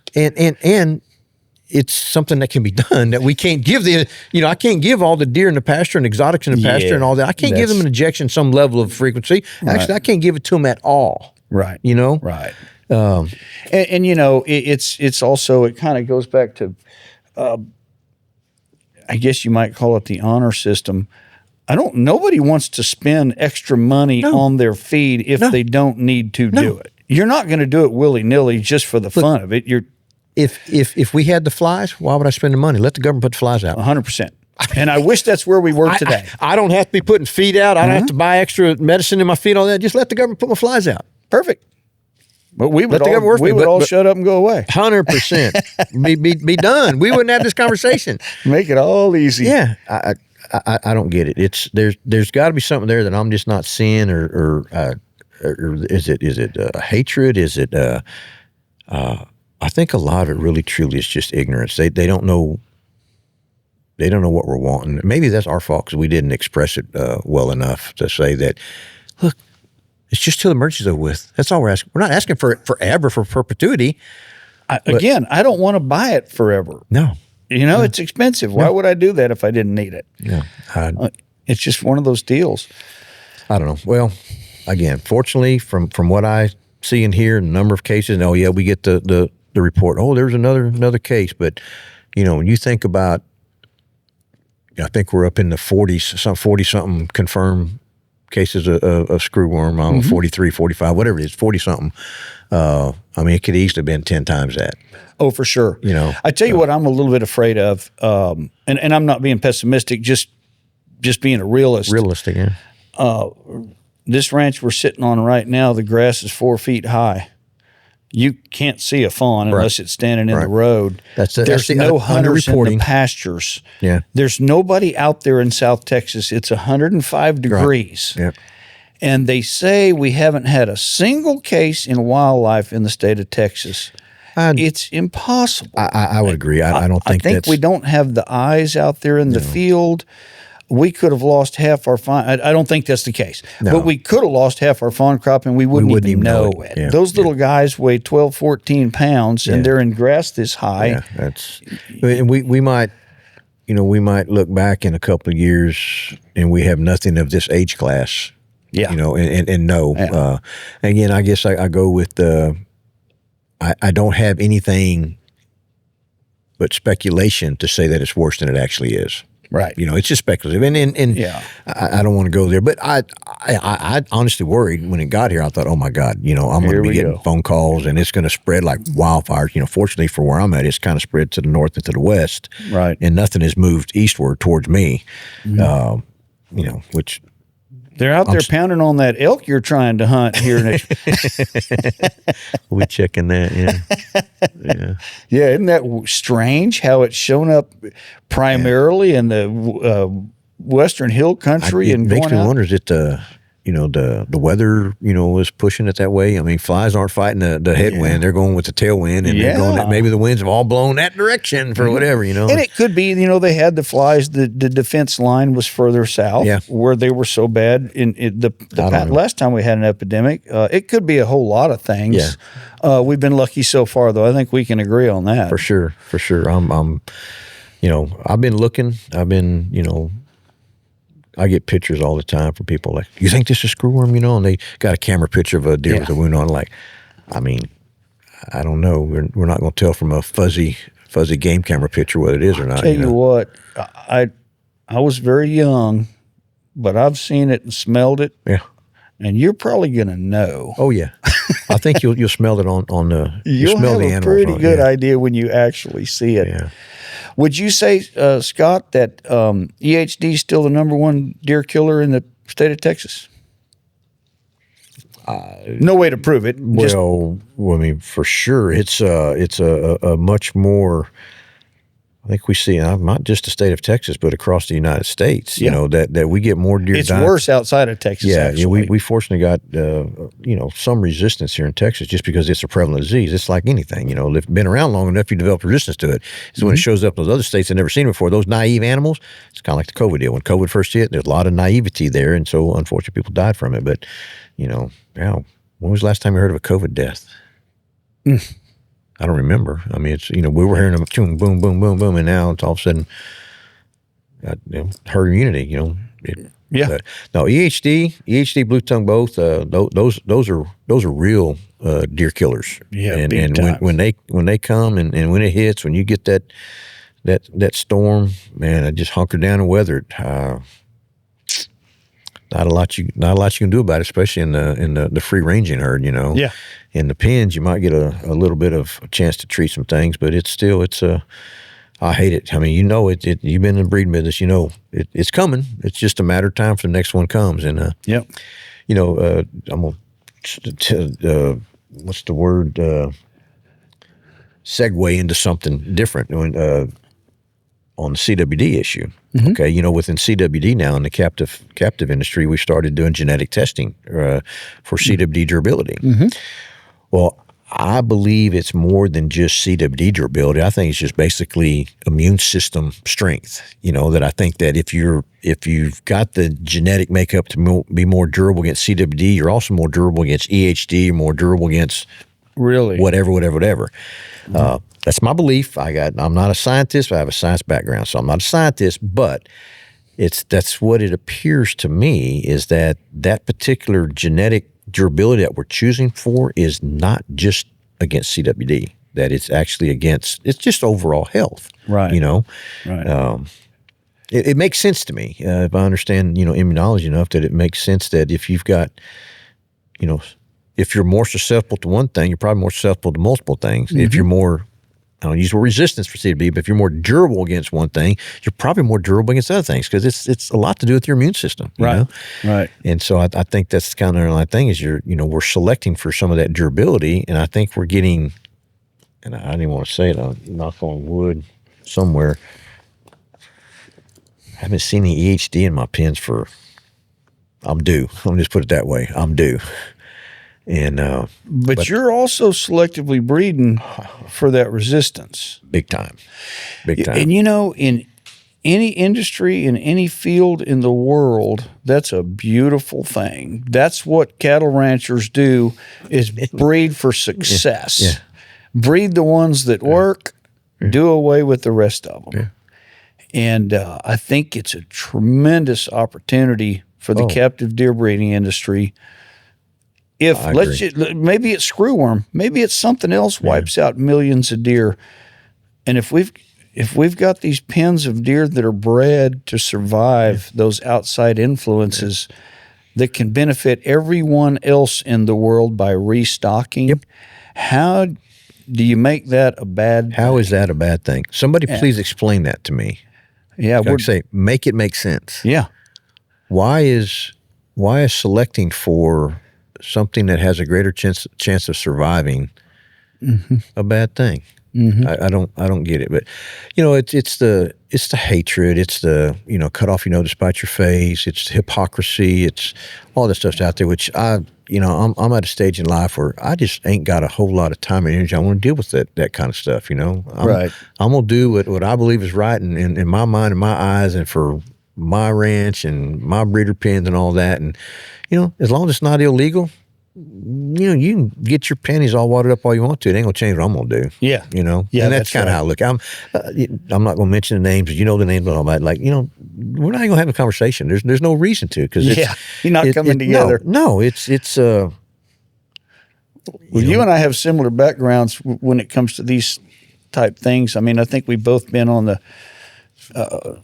whitetail deer advisory group at Texas Parks and Wildlife. I've been on the fever tick user group, chronic wasting disease user group, breeder user CWD group. task force. I'm on the CWD working group now. It's all those things. And it's funny because you spend your life fighting for things that you believe in, even if it doesn't benefit you. It's just something you believe in, and over time you kind of go, I'm just going to take care of my own. I'm tired.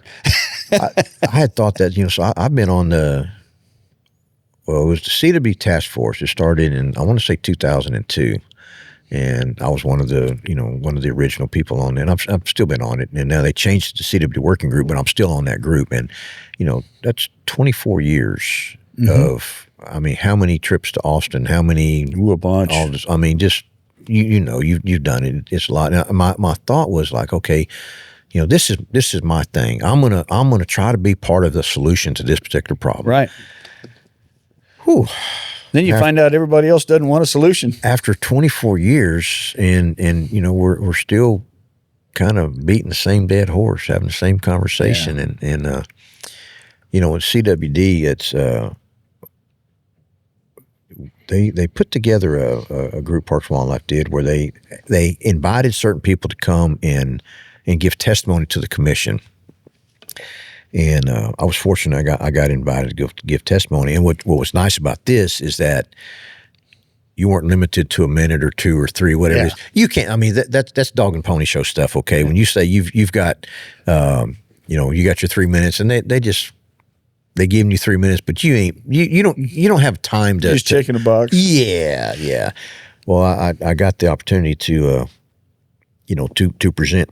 They said, give us, I think it was like 5 takeaways or whatever when it comes to CWD and what's your most important. Now, if you don't mind, I'm gonna read them to you because I saved them on my phone. Let me see if I can find them.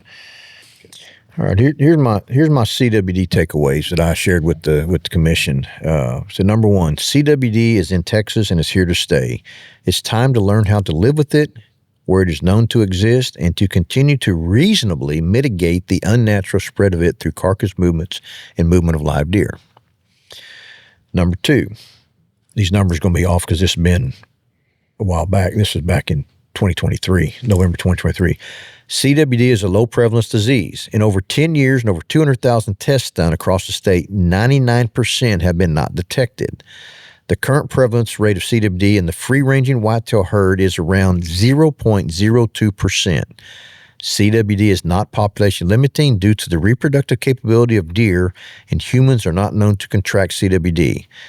Elevating the significance of CWD will or maybe already is having a negative impact on hunting in Texas. Number 3, we don't know everywhere CWD exists due to inadequate testing outside of deer breeding facilities. There are likely more Hollywood parks out there. These are challenges. The biggest challenge is how to not get CWD. The real challenge of deer breeders regarding CWD is not the disease itself, but the response to the disease. Every time we have a CWD test done, it seems like what I imagine pulling the trigger in a game of Russian roulette feels like. Just trying to stay in business in this highly regulated environment is a constant challenge. Another challenge is the unknown source of CWD in many deer breeding facilities. We have seen on more than one occasion where a deer breeding facility has become CWD positive without having a new live deer being added to the herd for 7 or more years. That fact suggests that CWD possibly exists outside the deer breeding facility in the free-ranging herd, but hasn't been detected yet due to inadequate level of testing to detect a low-prevalence disease, or possibly there's a sporadic form of CWD. If we are not, we should be running Western blot tests on every CWD positive deer, as well as looking at the brains for spongiform changes in every CWD positive deer. That leads to, we're calling these animals CWD positive. They're prion positive. If you don't have changes in the brain, if you do not have spongiform changes in the brain, you do not have CWD. You may have prions. You may get CWD. But prion positive and chronic wasting disease positive, because you do not chronically waste away until you get holes in your brain. I've heard it described as the difference between HIV positive and AIDS. You can have HIV and not have AIDS. It's exactly. And that's the same as a prion positive. It's a precursor. Sure. Maybe. Not 100%. You would much rather not have prions than have prions, whether you have chronic wasting disease or not. You'd much rather not have HIV than have HIV and not have AIDS. I get all that, but I think we've kind of gone scorched earth policy with a prion positive, and I don't think that was the right thing. I think we have killed hundreds and hundreds, and I've killed more deer than I care to think about in this situation, that may not have needed to be killed if we would have looked at this in a little different light and hadn't gone scorched earth on it. Well, how many deer have died naturally of CWD in Texas? We don't know that. We do know it has occurred, but again, it's low prevalence. I mean, I'm not of the camp that thinks that deer don't die of CWD. Oh, yes, they do. But there have been many more die of car wrecks, and the same thing. We don't. Bullets, EHD. Yeah.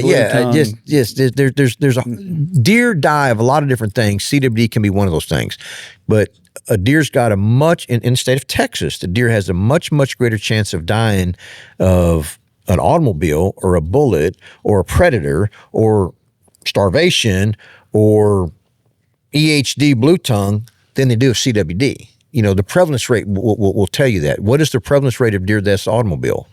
It's significant. Drive down the roads, especially in the hill country, So I think it's, as a disease, and this is kind of my veterinarian hat that I wear, is, as a disease, we need to treat it like a disease, but we don't need to treat it like it's the end of the world. Right. I do not believe that CWD, if it gets into a herd, is going to cause extinction of that herd of deer. I don't believe that for a second. Now, I personally don't really see, and I don't have any, there's one study that I hear about, and you can always, it needs to be repeated, but the population limiting. Now, does it cause populations to decline? I'm not seeing evidence of that. And I'm talking to people out in West Texas, where it's been out there since 2012 in the Waco Mountain region. And, what the guys out there tell me is like, when we have wet years, we have a lot of deer. When we don't have wet years, we don't have a lot of deer. Yeah. But yet they got CWD, and even the prevalence rate of those they test is climbed. It's, right. I think it's around 12% or something like that. It's and they, it's not till you get to 25%, you start seeing the effect of it. Like, quit moving the goalpost. First, if it's there, they're going to all, become extinct.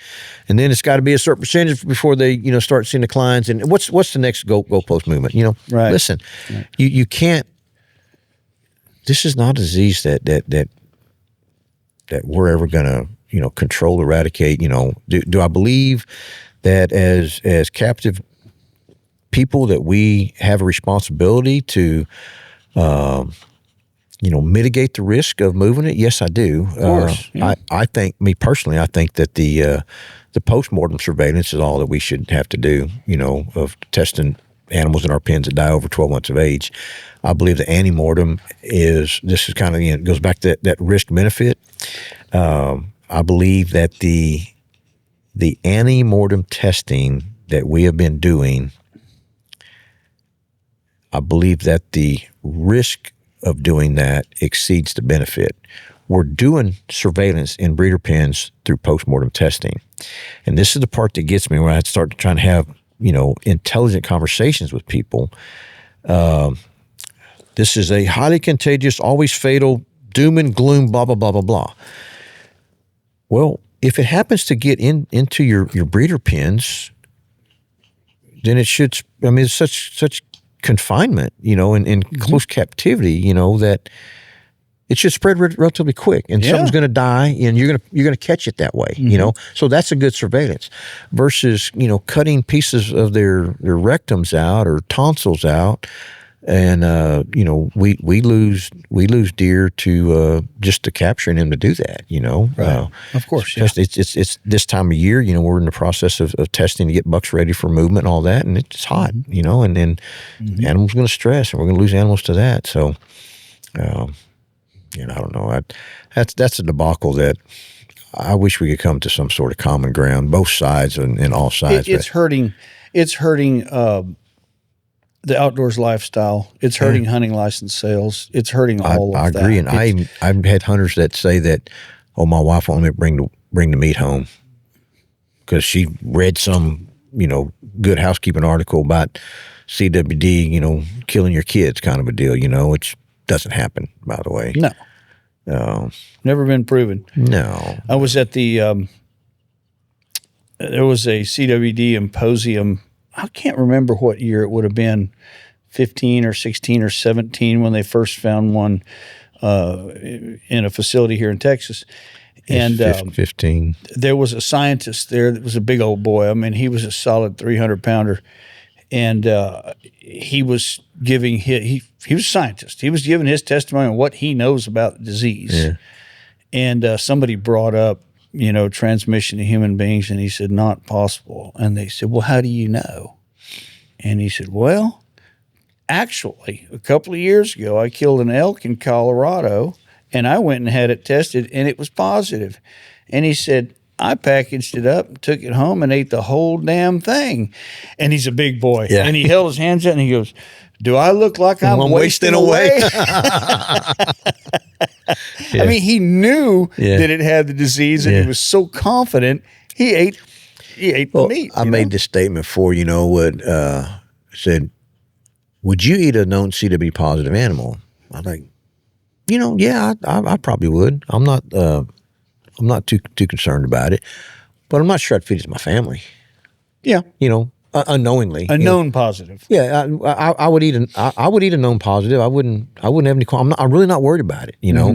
But I think everybody should make that own decision. Well, I trust my own God-given immune system to help me out against that on a disease that's not known to infect humans anyhow. Right.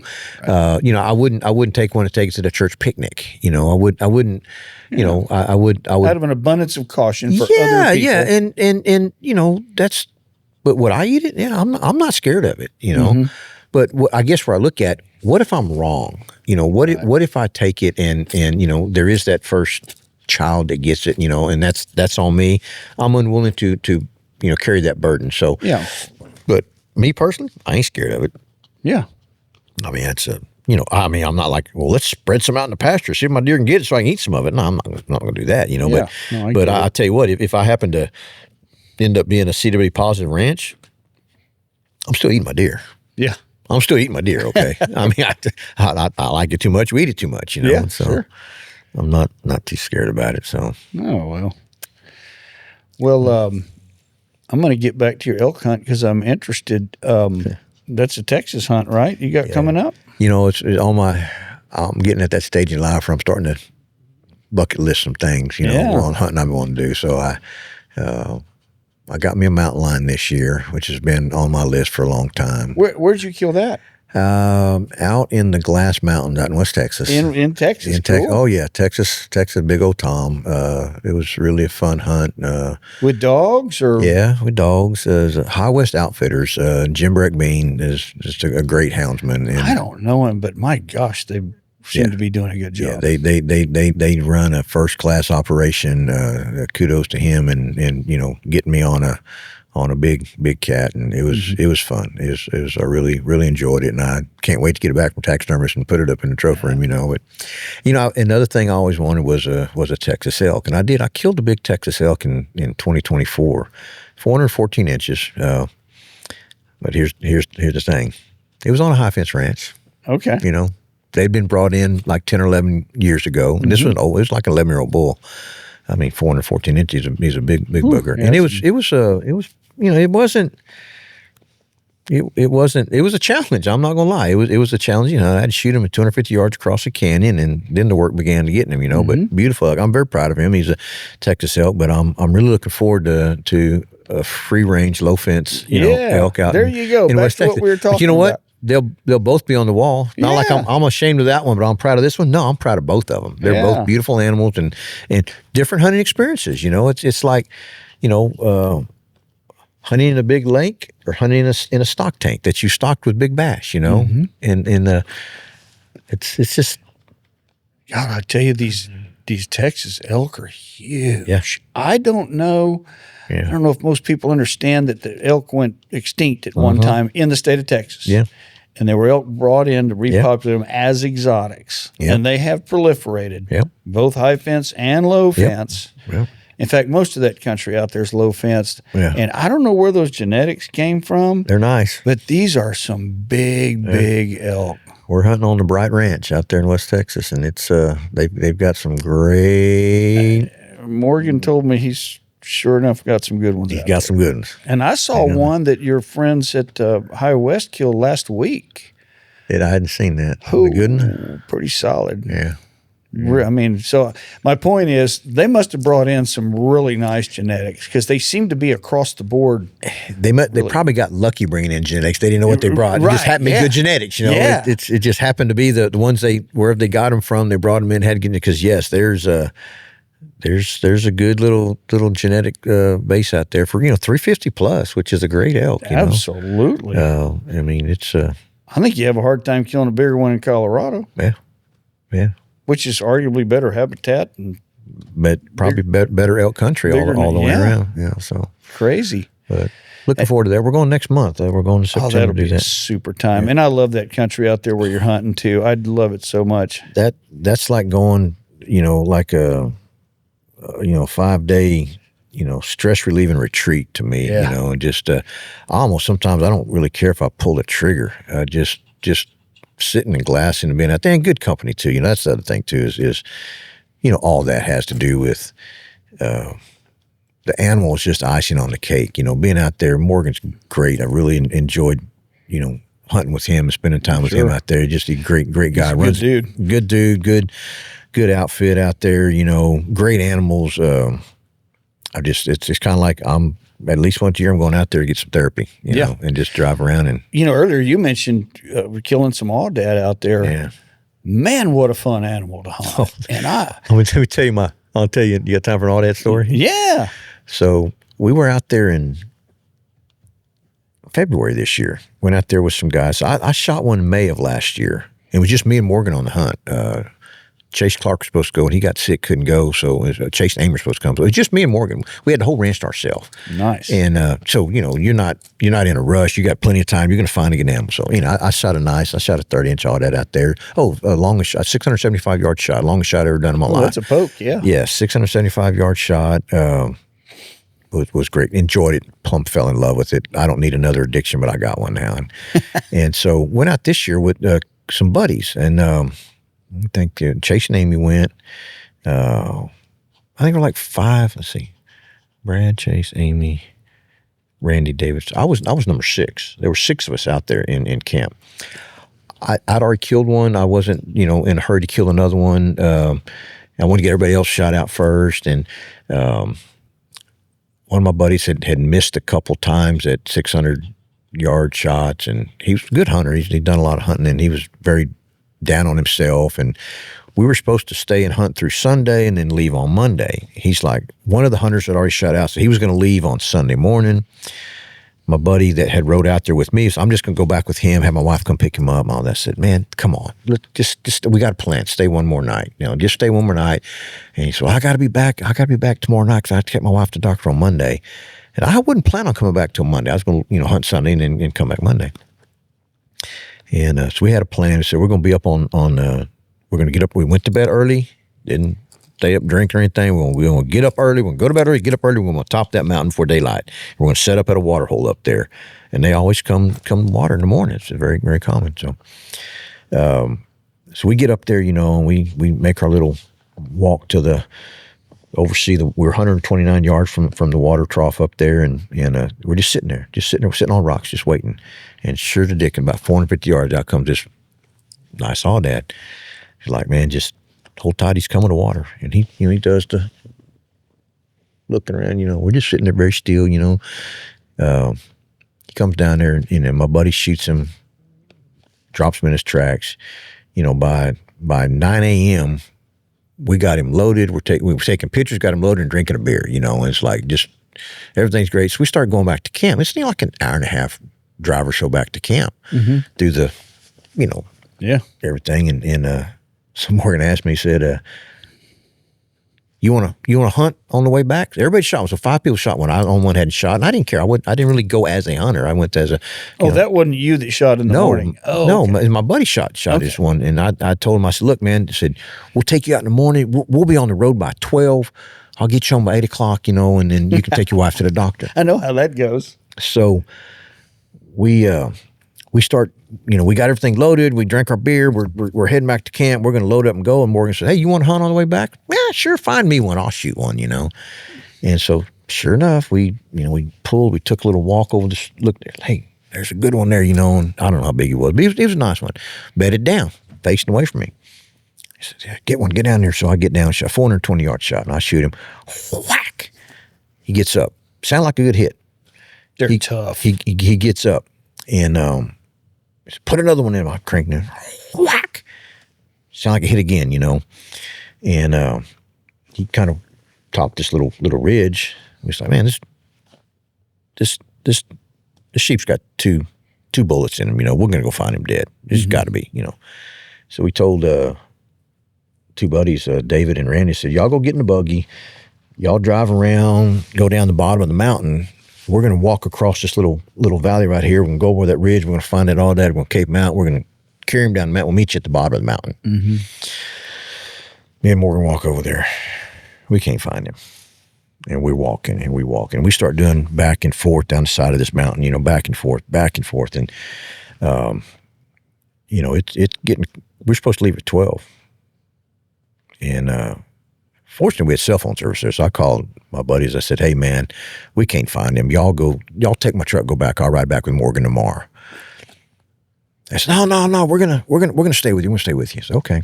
Good thing I had the freaking key to the truck in my pocket anyhow. They couldn't have gone if I wanted to, I didn't realize that afterwards. And so me and Morgan were walking, and we had not prepared for this kind of a ending of the hunt. Mm-hmm. We didn't have enough water. We didn't have nothing. And we ended up walking for like 3 or 4 hours, and we couldn't find him.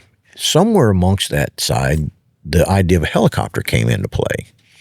And so we started trying to call helicopter pilots that Morgan knew. One of them was his cousin, and no one was answering the phone. And Morgan's phone was dying, so Morgan texted him my number, said, hey, if you get this message, call this guy. We got a all day with 2 bullets in. We want to try to find him. And so we're walking, and all of a sudden there goes these all-dead run up the other side. They'd gone down the valley, running up, and I'm looking at one of them got blood on his leg. Morgan throws the rifle up there. He fires 3 shots, missed him. I didn't have a chance to get the rifle out. And so now, and I saw with binoculars, I could see he had blood on the leg. I broke a back leg. So I really got to find this guy now. I got a wounded all-dead. I got to go find him. So finish him. We get a phone call from the helicopter pilot and said, yeah, I can be there about 45 minutes. And so what's that going to cost? And we negotiated a deal on the phone right there on the side of that mountain. We had to find a place for a helicopter to land. They just don't land anywhere. You got to find flat air on top of a mountain. Yeah, and all that don't live in flat country. No. Period. And so we're like, okay, well, he's on his way. Let's go find a place. And he and I are hightailing over there, and we finally find this pretty good area. It wasn't totally flat, but it was open enough, and that he can land here. So he sends him a location pin, whatever, And so Morgan and I sit down on some rocks, and we're just sitting there waiting. We're tired. We're out of water. We've been walking for 4 hours or more. And we're tired. I'm not in mountain walking shape. Okay, that's just I'm not that kind of shape. Most of us aren't. Yeah. And so we're sitting down there, and his other guide that was in camp had come over to where my buddies were parked down there, and he'd call him and say, "Come over here and try to glass the side of this mountain, see if you can find that Aoudad." And he's glassing. He called, "Hey man, has one of them got blood on his leg?" As a matter of fact, he does. And he said, "Well, let me send you a location pin where he's at." He sends us this location pin, and we are 129 yards away from this Aoudad. Morgan says, "You want to go for a stalk?" I said, "Let's do it." So we dropped our packs, and we took a bipod, binoculars, and a rifle. And I didn't have my rifle. I was shooting his rifle. And we start going, and he can see us, and he's guiding us, and we'd find him, and then they disappear, and we'd find him disappear. We get closer to finding him. Morgan, I got him inside. So I said, "Shoot that son of a gun." So he shoots, whack. I got him. He's dead. Cool. We get down there. It's the wrong one. This one didn't have a broken leg. Nice Aoudad. Congratulations, Morgan. Yeah. And so not that Morgan needed to kill another nice Aoudad, but it was a nice Aoudad, 30 incher. And so he said, "I got to go back up there and get the knife so I can cape him out." I said, "Morgan, I don't. Just give me the head. I don't want the cape, And so he used my little pocket knife, my little pocket knife. He cut that head off of that thing. So now we got to get back up where the helicopter's going. We can hear the helicopter coming. So he and I each grab a horn. I got a bipod. He's got the rifle. And we start trying to make our way back up that mountain to get the helicopters hovering around our location pin, and we ain't there. Don't leave. Don't leave. Don't leave. We're waving, and like the deserted island kind of a thing, Yeah. Finally get his attention, and he lands. We get on there, and we fly around for an hour trying to find Aoudad. Never did find him. And we landed back at camp at 6:30. We were supposed to be on the road at 12. Gosh. We loaded our stuff up, settled up and everything, left her at 7:30, drove all night long, got home at 4:30 in the morning. Oh. I wouldn't trade that for nothing, though. No, I know. It's just everything about that story, including I didn't get my Aoudad. I'm going back in January to try to find that son of a gun. But anytime you stay for that last crack at a fish or a game animal or anything, it always goes that way. It's just there's something to it. Yep. But the stories and my buddies were talking, and I said, "Yeah, man, we walked to Egypt and back. It's like we walked and walked. That's more walking I cared to do for certain." Yeah. We did one time of Thanksgiving was coming up, and we wanted to do something different. We always hunt Thanksgiving. Yeah. And we wanted to do something different. So I called old Hunter Ross, and I said, "Hunter, I want a place to go Aoudad hunting over Thanksgiving week." And I said, "We don't want guides. We want a completely, DIY. Yeah. We'll take care of ourselves. We'll camp. We'll do whatever we need to do." Just want the country. I think I paid him $10,000. There was a ranch out near Big Bend, and he said, "Y'all go do what you want to do. Have fun." There was an old house there. It was a 2-room house, not 2-bedroom, but a two-room house. Yeah. And the kitchen was the size of, a half bathroom. And we took our whole family out there. Stephanie and I took the boys, and we went and spent 5 or 6 days on this ranch, and it was remote. Yeah. And we had the time of our lives. But one morning we got up, and we were going to go up on this hill and glass a little bit. And we went up there, and we're sitting there glassing. And Stephanie had our Yorkie, the one that I told you I fell in love with, just like that. She got out at the bottom of the mountain. I said, "We're going to go to the top of that mountain. We're going to be glassing off the other side." She said, "Okay, I'm going to get out and let the dogs." We had the Yorkie and 2 Australian Shepherds. And so she went all the way up the mountain. Once she got there, the boys were gone. She said, "What happened?" And I said, "Well, we spotted a big Aoudad over on the other side of this canyon, and they're stalking it." And at the time, I guess Corbin was in high school and Colton was in junior high, something like that. And we did have radios, and off they went. and all those canyons and mountains are bigger than you think they are. Man. And so this stalk started at 8:30 or 9 o'clock in the morning, and they got all the way. I kept telling them, he's right there. There's a corner there, and he can't go anywhere without me seeing him. Yeah. If he leaves, I got him. I'll know it. Yeah. And so, long story short, they took one fall. The gun fell and dinged the scope. We didn't know if the gun was on, or it was just one of those deals. Yeah. They got over there, and I was like, he is right under you. Like, you ought to be able to hit him with a rock. Well, long story short, he was gone. I don't know if he'd been gone for 5 hours or if he'd been gone for 30 minutes. But they've been walking for a while. They were hunting that son of a gun. Yeah. And I think we all got back to the vehicle at like 5 in the afternoon. Yeah. It was like 8 hours that they went over there and never saw an animal. And that's the way that kind of hunting goes. And that's what makes it so fun, to be honest with you. It's just hard. Yeah. And it's rough and rugged, and it's fun, and it's rewarding. If you're an outdoorsy person, that's what you like. That's what you live for, And on one of these episodes, we were talking about a mountain hunt somewhere, and some wisecrack comes on and sends me a message and says, y'all don't have mountains in Texas, you have hills. And, hey, we got some pretty good mountains out there. I'll tell you what, I ain't trying to outdo nobody. They're mountain enough for me. If there's any bigger, I'm not sure I could do it. Yeah, I don't need it. I know when that first one I shot at 675 yards, across a canyon. And then, but to get to it was a hike. Oh, yeah. And I mean, I was, Morgan went ahead of me. He found it way before I did. But I got there, it's like he videotaped me. I was out of breath. He said, and he told me as I was 60. He said, "Man, 60 is just a number, man." And I said another choice, four letter word, like, dang, And then I got for this last time I got the bright idea. I'm gonna start working out and start getting in shape. That didn't happen. I just don't have it in me. No, I don't. I guess I'm tough enough. I can get it done. It hurts, It hurts. I wasn't sure I was going to be able to do that mountain lion hunt, but I was able to pull that off all right. But it was that stuff is so fun. Yeah. Yep. What's the matter, JoJo?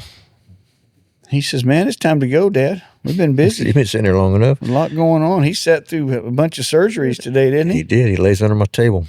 He got a little bed under there, and he lays under there the whole time. He's a sport. Yeah. He's a good hand. Is there anything else you want to talk about today, Scott? Oh, man, this is fun. I could do this for... I know. Bring out the whiskey, and we could talk till the sun comes up. Oh, yeah. Yeah. We got to work tomorrow. Yeah. I was telling Matt, who does all the camera work and stuff like that, I said, when you start working on our technique, because when it gets cool, we're shooting at ranches. Yeah. We're going to sit around some fires. A real fire. We may be in a Jeep or a top drive or something, but by golly, we're not sitting in these chairs when the weather's right. Yeah. And that'll be a whole lot of fun. For sure. We may have to do a few little round table sits out there somewhere. It'd be a lot of fun. We can do it. I know a place over there in Orange Grove, pretty nice little ranch over there we could do it on. I hear you got some big deer over there, too. Yeah, you got a couple. A couple of them? Got a couple of them. I may or may not have some of his genetics in my pens. Yep, I get it. No. Well, I do appreciate your coming over here today. Absolutely. I really enjoyed it. Meeting me here. It's always fun, and we'll do it again sometime. I really... I just enjoy having these conversations. Oh. I've had people kind of say, well, a little structure here, and I'm like, no, I don't really want structure. I like to sit down and talk. Yeah, and I was thinking, ever since you invited me on, I think, well, what are we going to talk about? What am I going to say? What? I ain't got no stories to tell, and then it's kind of organically occurred. It's never a problem. Next thing you know, we've talked for 2 hours, and we just started 15 minutes ago. Yeah, that's right. It's fun. It's fun, and you and I can do it again for 2 hours, and we won't have to talk about the same things. Whole different set of stories. Yeah. In fact, you'll have to come back and tell us about how your elk hunt went. I will. I'm excited about that. Yeah, I'm really looking forward to that, and I'm going with a buddy that's never killed an elk, so I'm gonna let him be the first trigger pull. Right, and then I'm just kind of like, I don't care if we get one or not, Yeah. Just being out there and enjoying it, and the company and the country and all that, and little good adult beverages going along with the trip, and it's I'm really excited. Going on a pronghorn hunt next month with our friend, and got us a good spot up around I guess it's Carrizoso, New Mexico. Ah, cool. And I've hunted pronghorn. Yeah. Stephanie and my younger son have both killed nice pronghorn. They're right there on the wall. But I have never killed one. I've killed a couple. I've had it out there with Dan McBride out in Sierra Blanca, and got a couple. A couple made a big game award. Nothing made a book yet. Right. But that was another just a fun hunt that I love, and I want to get back into. In fact, for this buddy I'm going with, he's a younger guy that's name is Randy, and we started doing a lot of hunting together and stuff, and so we're looking at a bear hunt in New Mexico in 2027 and going to Africa. And we're trying to plan a hunt in July and going over there and checking some things off the list. Oh, yeah. Looking forward to that. It's about that time. Yep. Yeah, for sure. Well, good for you, man. You've worked hard your whole life. You deserve some of the dessert at the end. It all came together all right. Yeah. Came together. Life's all right. good, isn't it? Yes, it is. Yes, it is. Well, folks, thank you for joining us today. I hope you've enjoyed visiting as much as I've enjoyed visiting with Dr. Bugai. And I just hope that you always remember, like I always say, life's better when there's dirt under your feet.